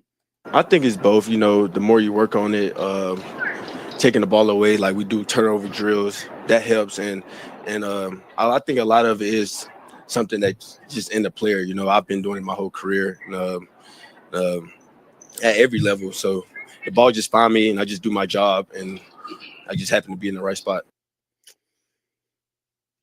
Obviously, a big point of emphasis in training camp so far is the Broncos trying to find ways to create more turnovers. The Broncos defense was on the field way too much last season, and what they can do to help themselves is create turnovers. And then, of course, it's on the offense to sustain drives in the first three quarters to help that as well.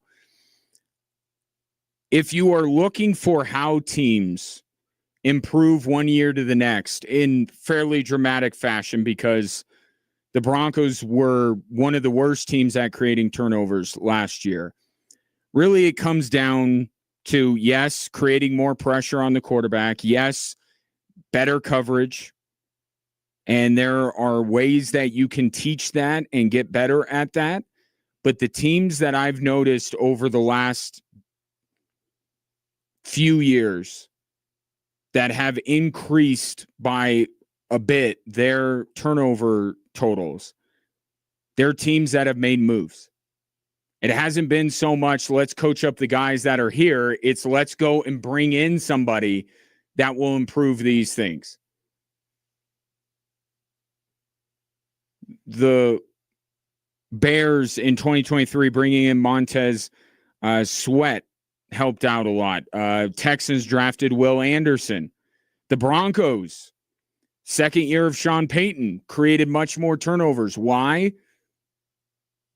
The ascension of Nick Bonito and Jonathan Cooper. So if it's going to be internal improvement, which it has to be for the Denver Broncos because they didn't make really any moves on the defensive side of the football, it's going to have to be their younger players.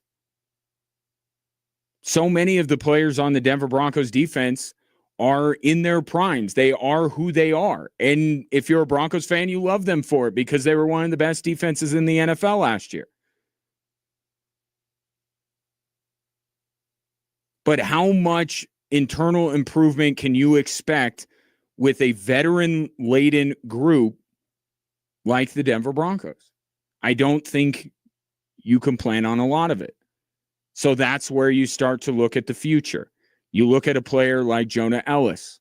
You look at a player like Jahdae Barron. And you say, maybe those guys with more playing time this year, maybe they show a propensity to be able to take the ball away. Or maybe they're the ones that are improving the most through this coaching. I mean, really, with the Broncos defense, I'll admit, we're splitting hairs. I mean, we're holding them to the highest of standards, but this is what training camp is for.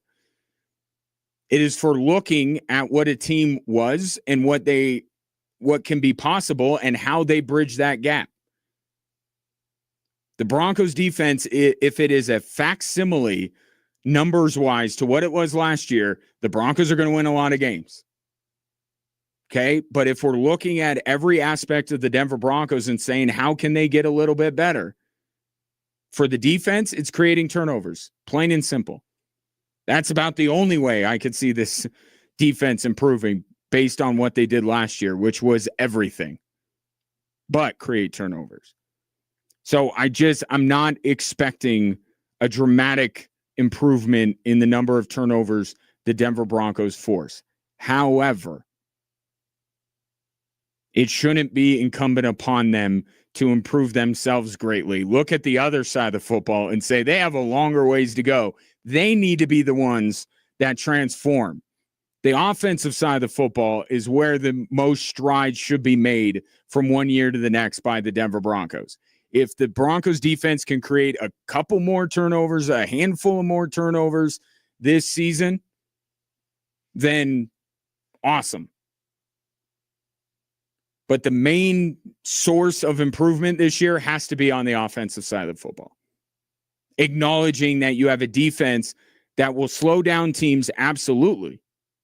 They will keep teams out of the end zone, but they're not going to create a lot of turnovers. You're not maybe going to get the best field position all the time.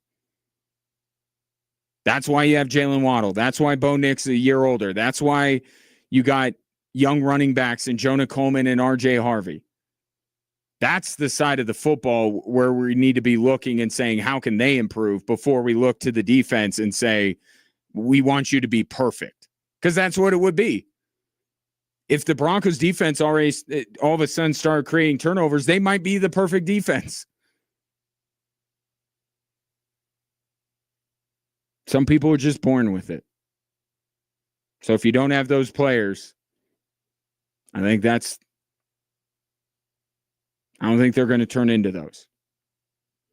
Story number 2 is the latest on the Peyton Watson saga. Here's Shams Charania on ESPN. Biggest question for the Nuggets right now surrounds restricted free agent Peyton Watson. This is still an outstanding issue that the Nuggets have right now, and I'm told they are in active trade talks with multiple teams on a Peyton Watson sign and trade. That includes Cleveland, Milwaukee, and the Clippers. There are combinations of player packages, pick packages as well. So either they're going to trade him or you could potentially have him back on a 1-year, $6.5 million qualifying offer. So it seems like the whole Peyton Watson staying in Denver longer term is off the table. And the reason for that could be because Rich Paul and the folks at Clutch Sports feel like the Nuggets are disrespecting Peyton Watson. That report from Brett Siegel today. Because they don't want to pay him what Clutch Sports is asking. But I am here to tell you, for the first time in what feels like forever, the Denver Nuggets are actually appropriately valuing one of their players. Peyton Watson is not worth upwards of $25, $28 million. He's just not. He hasn't shown enough, and I don't believe that he's going to be enough to live up to that. Look at what we're doing with Christian Brown right now.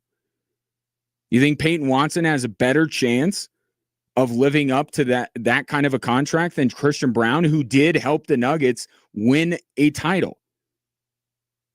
The Nuggets are appropriately valuing Peyton Watson and saying, we're offering less than $20 million. We want you, but we want you at the right price. We've already screwed ourselves over so much with all of these financial decisions we made. We got to make one right financial decision just once. It's unfortunate for Peyton Watson that now they decide to do this, but that's not disrespect. It's so funny how when a player in our minds gets overpaid, the excuse is, well, you're whatever the market will pay for you. Well, this is the market. and this is what they're willing to pay for Peyton Watson, but all of a sudden now that's not good enough. Now that's disrespect. Get out of here with that nonsense. Give me a break.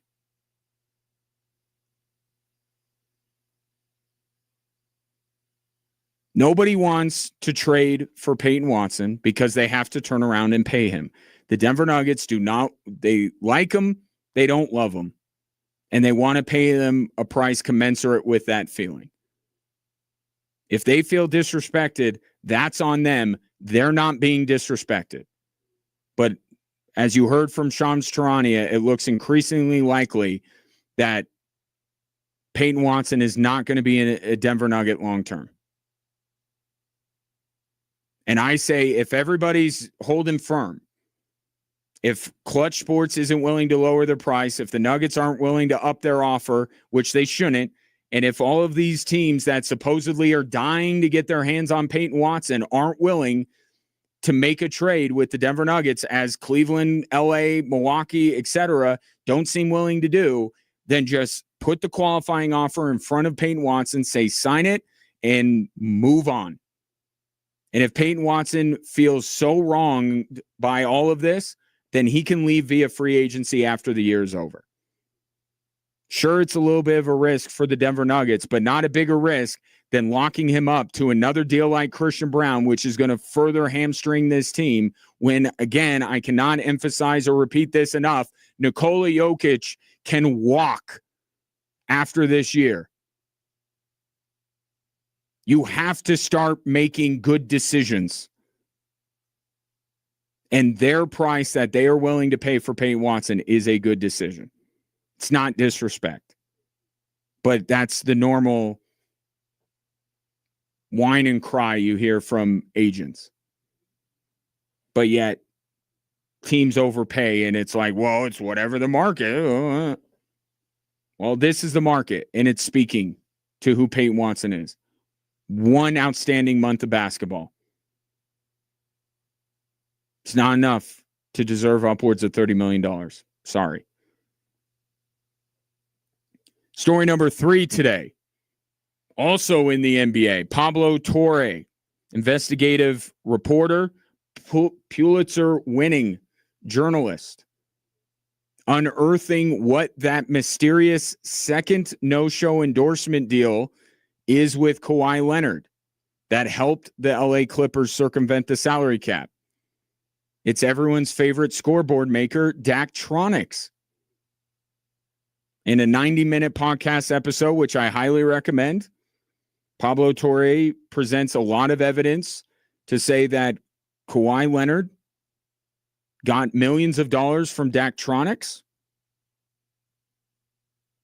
and Kawhi Leonard didn't do a dang thing for Daktronics.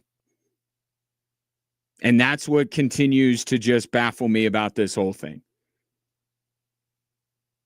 The fact that the Clippers, Kawhi Leonard, these companies didn't even go through the bare minimum of throwing Kawhi Leonard on a social media post, on a website, on a commercial to just put his face by their logo and call it an endorsement. The no-show part of this is what kills me. The Clippers could have gotten away with this scot-free because who are we to tell Daktronics or Aspiration what Kawhi Leonard's endorsement is worth? But they didn't do anything. That's how lazy everyone was. They just tried to hide it and bury it. And a good journalist like Pablo Torre has unearthed it. So now we have 2 no-show endorsement deals. The evidence is mounting that Steve Ballmer and the Clippers circumvented the salary cap to sign Kawhi Leonard and extend Kawhi Leonard. So what should come of all of this? If ultimate justice is served, I think the fairest thing is to void Kawhi Leonard's contract. Just void it. Clippers don't get all the goodies that Toronto is offering them. And Kawhi Leonard is a free agent in an NBA that has no money. So all the money that he got that he shouldn't have gotten, now it might even out a little bit. I think that's the cleanest, simplest way to do this. But the problem is Steve Ballmer has to agree to whatever punishment the NBA levies. That's how much of a joke this whole thing is. So it will probably be a fine that the NBA's richest owner will be able to pay with his lunch money. It will be a loss of draft capital, which they will replenish immediately when their trade with the Toronto Raptors is consummated. And that will be it.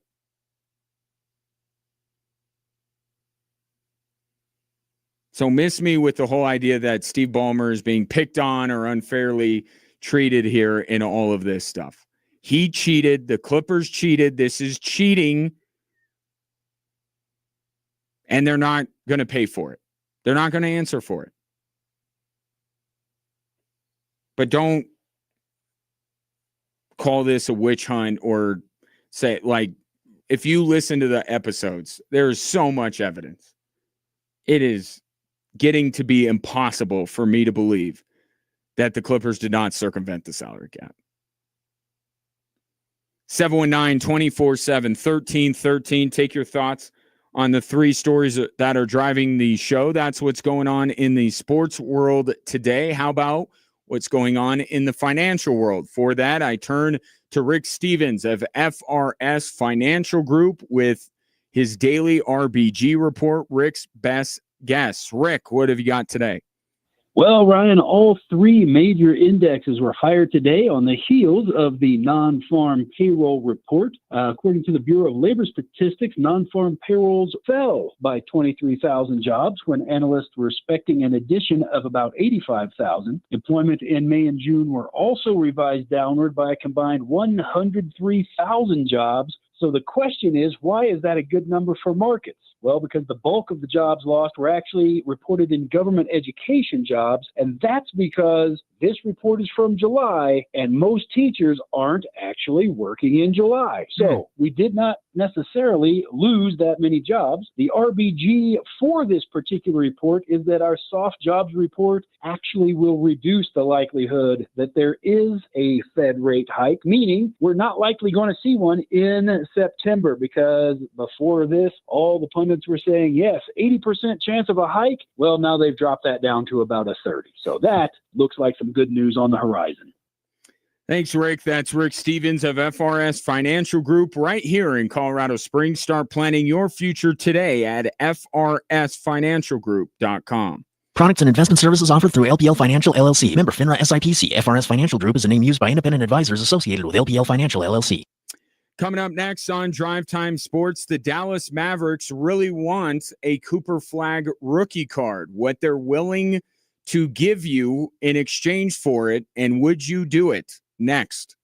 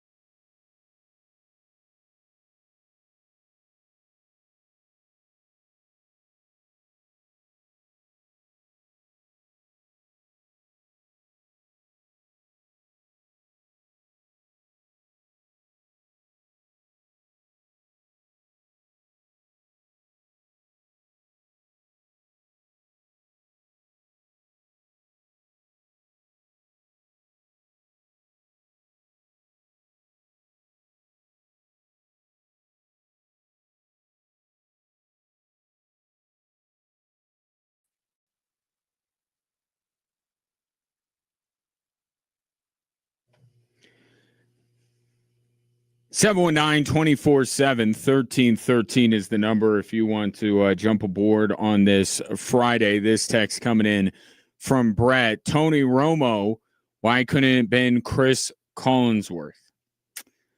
What Brett is referring to is that CBS is going to no longer be in the Tony Romo business. He will not be, is not expected to be, I want to speak in the correct tense because from what I've seen, is that he is not expected to continue his role as the top analyst on CBS's NFL broadcasts alongside Jim Nantz. This, of course, stemming from his OWI arrest a few weeks ago. Now, I don't think it's, I guess it's a little bit conspiratorial to say that the folks at CBS were looking for a reason to get out from under this contract, which has aged quite poorly. Tony Romo's Q rating as a broadcaster has gone down after he was really a phenom when he first got into the booth with Jim Nantz. So those who are thinking there's more to the story here are thinking that CBS was looking for a reason, and this was the perfect reason to be able to do it. It's expected that J.J. Watt will take over that spot. And then I heard Dan Patrick this morning throw out, I mean, you would have Aikman, Herb Street, and Greg Olson, because like all of these broadcasters or their contracts are up. Like we'd have a broadcaster free agent frenzy if CBS wanted to go outside rather than JJ Watt. I would say this, if this whole saga has taught CBS anything, as long as JJ Watt shows himself to be good, and everything I've seen from JJ Watt, he's good at this, just do that. You're going to inevitably pay more if you're going after one of those other guys. And this is why I don't get, and look, I have great affinity for the broadcasting profession, obviously. I will always celebrate those in this business who get a great financial windfall for doing it, because it is quite rare that you are able to make a great living in this business. However,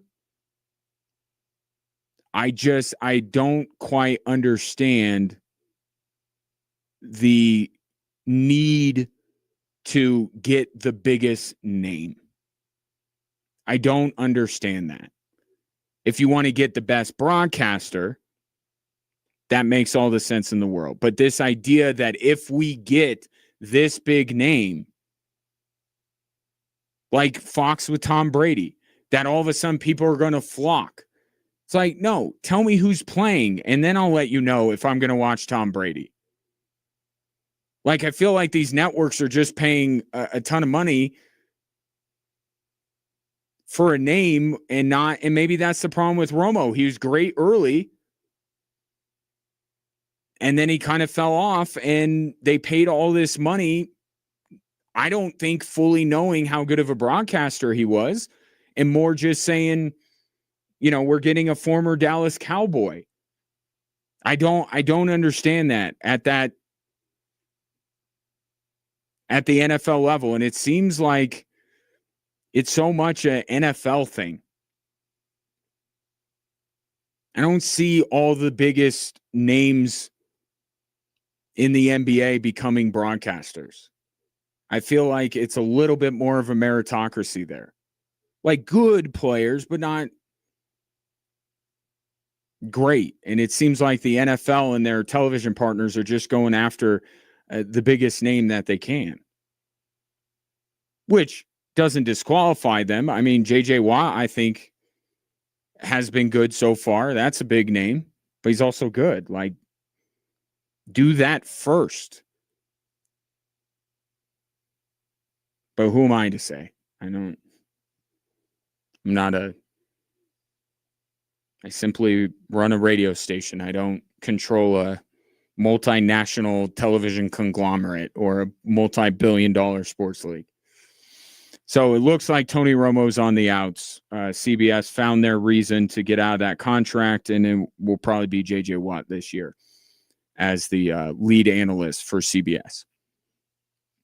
I want to get to this, and anytime you put the words Mavericks and trade in the same sentence, I think you get a little nervy.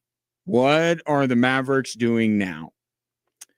Well, what they are looking to trade for is a rare rookie card for Cooper Flagg. And if you are a card collector, it is a 1-of-1 Topps card. It's his debut patch autograph card. So a patch with his jersey, and he autographed it. Okay. Sounds like a very valuable card. Rare card, 1-of-1. The Dallas Mavericks want it. And what they are willing to trade you, if you are able to find this card, is lower bowl or lower level season tickets to the Dallas Mavericks for the next 32 years, as well as a signed game-worn Cooper Flagg rookie jersey and a post-game photo with Cooper Flagg. So, bears the question. Would you be willing to make that trade? If you found a Cooper Flagg rookie card, or that particular card, would you take Dallas Mavericks season tickets, premium season tickets for 32 years, a game-worn jersey, and a picture with Cooper Flagg? If I have learned anything over the last couple of years when it comes to the Dallas Mavericks, I don't care if Nico Harrison's with the organization or not. That is an organization that you fleece. So I am saying, what else you got? Come on. What else you got? Clearly, this card is very important to you. Now, there is a logistical hurdle here, because what if somebody in the Dallas-Fort Worth area does not end up getting the card? Somebody who lives in Sheboygan, Wisconsin is going to be like, yeah, I don't think I'm going to do that. But even if I'm a Dallas Mavericks fan, I'm asking them to sweeten the deal. And there's a difference here, because I've talked about this when it comes to like record-breaking home run balls. We have this debate over, right? Somebody hits their first career home run, or they break some kind of a record. Somebody gets the ball, and the player wants that ball. If a player is asking, then I think my asking price goes down.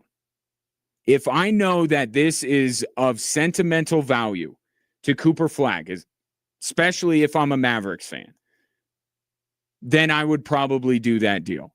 This sounds like the Mavericks want it for something. And if I'm a Mavericks fan, after what they did to me when they blindsided me in the middle of the night with the breaking news that you traded Luka, I am going to get as much. I'm going to make them sweat a little bit. If Cooper Flagg asks me for the card, then I think I'm more willing to take the first deal available, because it means a lot to him. But if it's just the Mavericks organization, you are a billion-dollar corporation. You got to do better than that. And if I don't live in Dallas, it's a non-starter. There's no way I'm taking that.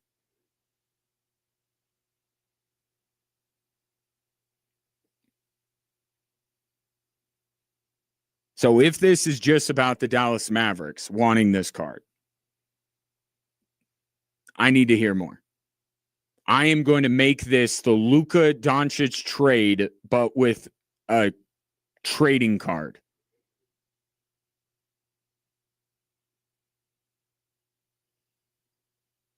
I am fleecing that organization.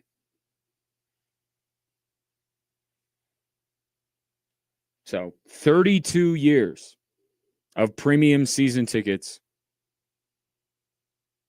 game worn Cooper Flag jersey, and you take a picture with him post game. If I'm a Mavericks fan, I go into the negotiation and I say I want more.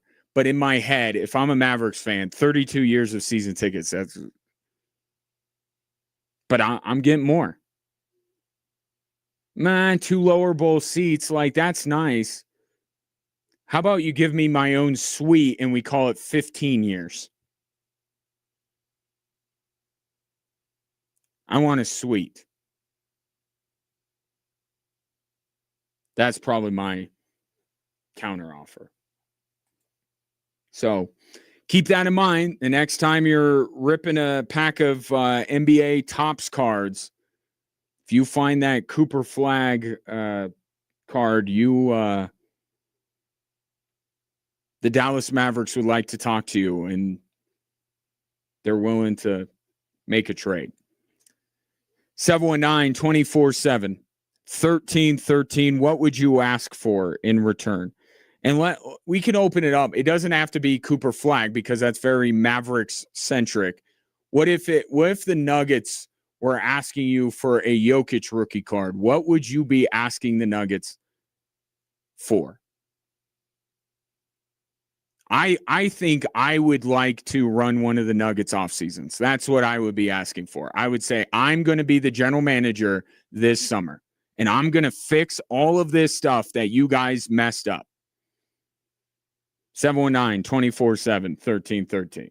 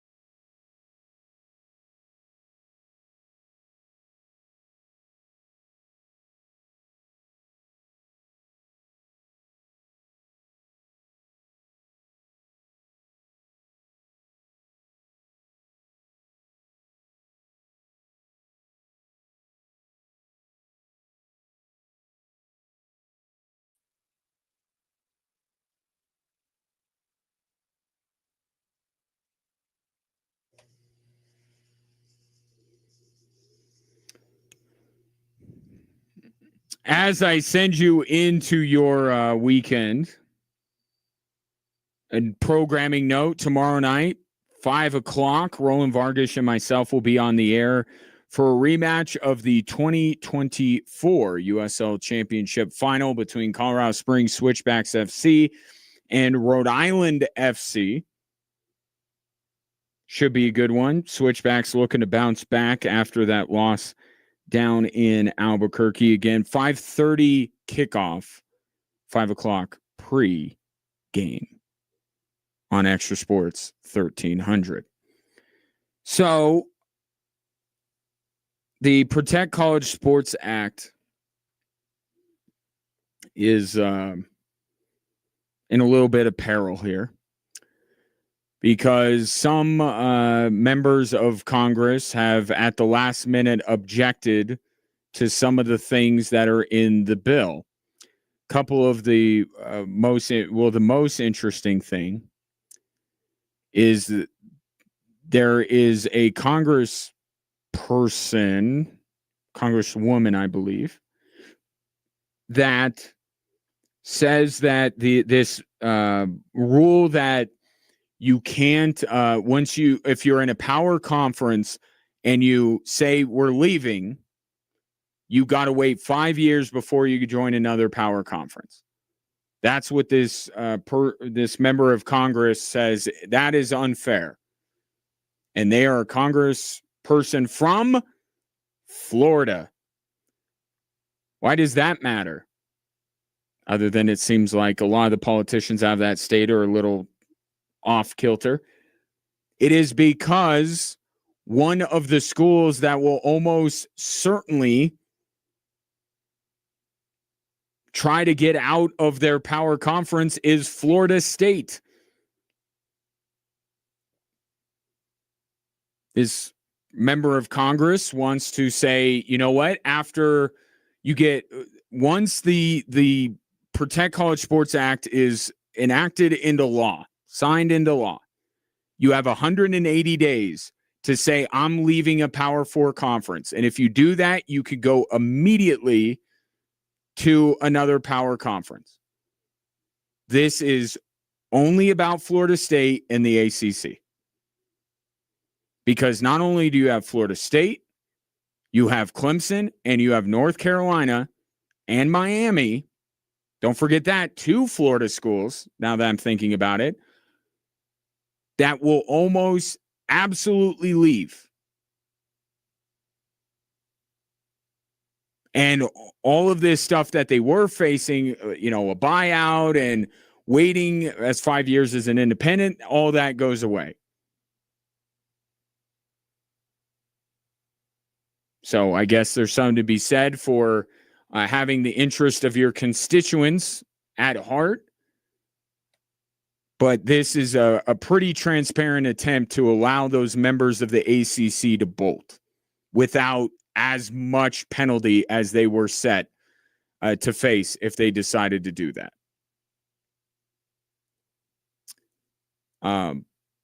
Kind of feels like it goes against what the idea of the bill is, and there's a lot in there.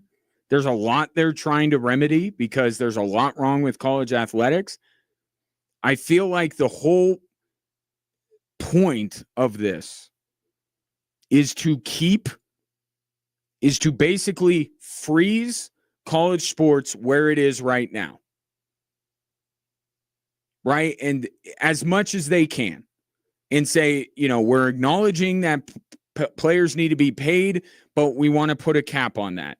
And we understand that teams will still want to move from their conferences, but we're going to try and make it a little bit harder for them to do that so they're just not willy-nilly leaving like we have seen over the last few years. They're trying to keep college athletics as intact as they are right now, if they can.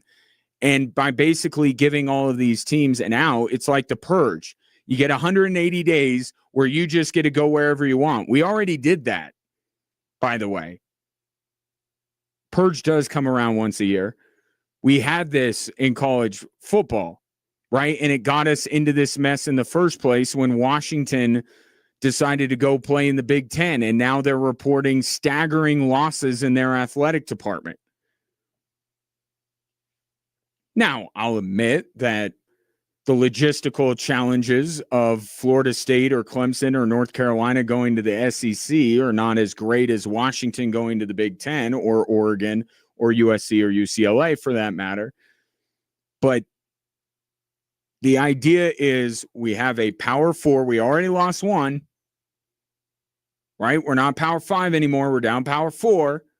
Let's keep the Power 4. Let's not make it the SEC and the Big Ten, because if the ACC gets gutted, now we're down to a Power 3, and the Big 12's like, oh my God, our days are numbered. Because who's to say that there aren't, I mean, everyone's focused on the ACC, and rightly so. How many teams in the Big 12 are going to go like, well, we'd like to move?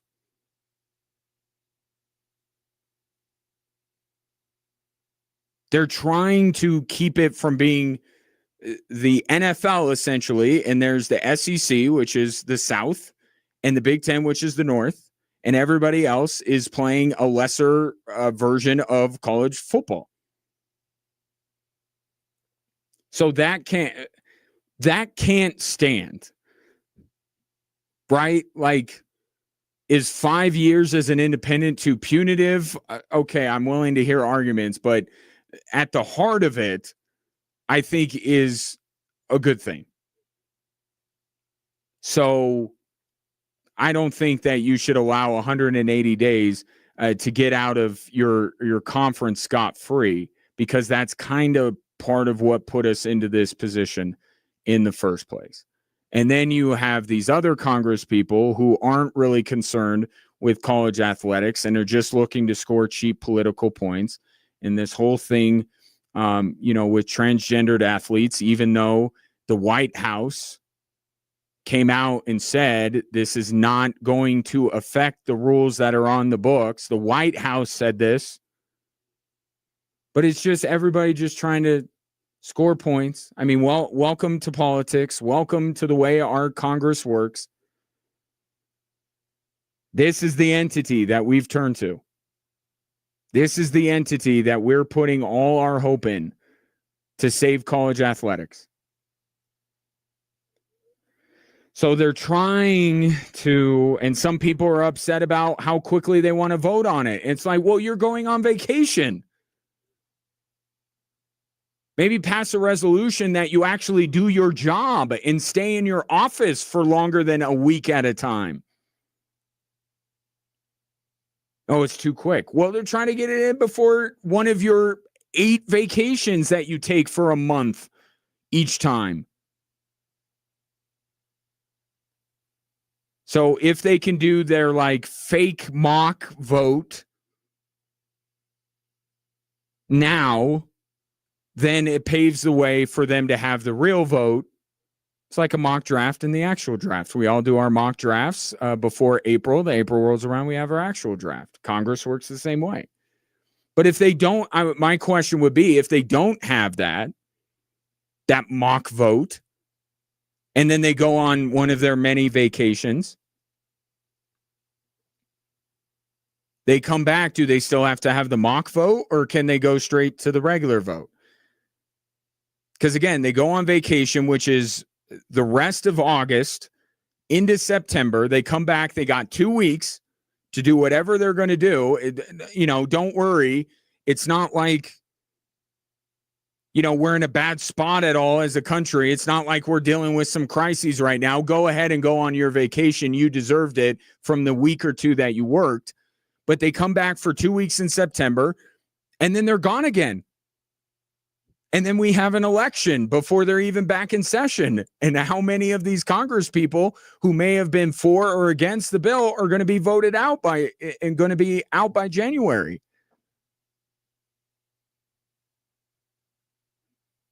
Boy, I mean, it really extends beyond the sports world. I mean, this is how our Congress works all the time on things more important than sports. As much importance as we place on sports, there are more important things, and this is how they act with everything. So if you're, in your sports bubble, and Congress has invaded your sports bubble, you're like, oh my God, this can be how they work all the time. Yes, it is. A lot of fighting in betwixt long vacations. But you and I have a weekend, and then we get back to work. And we're about at that weekend. What else did I want to get to here? I think I covered everything. Thanks to Skye Blue, AEW star, for joining me. There will be some snippets of our conversation that you heard in the first hour posted to our social media. Make sure you get your tickets to see Skye at AEW Collision tomorrow night, Broadmoor World Arena, AEWTIX.com, or if you are a user of AXS, you can get your tickets that way. So thanks to her for coming in today and being a part of the show. I said this earlier, I'll say it again. Favorite wrestler of Drive Time Sports. That's all it takes. We're very easy to win over here. And for you, being here all day, appreciate your patronage, your interaction with the show. I hope that you enjoy your weekend, and we'll reconvene on Monday if you're interested, 3 o'clock, right here on 740 KVOR and Extra Sports 1300, with more chances for you to get qualified to win season tickets to the upcoming Air Force football season. I will leave you in the capable hands of Dan Patrick with his Above the Noise commentary. Talk to you Monday.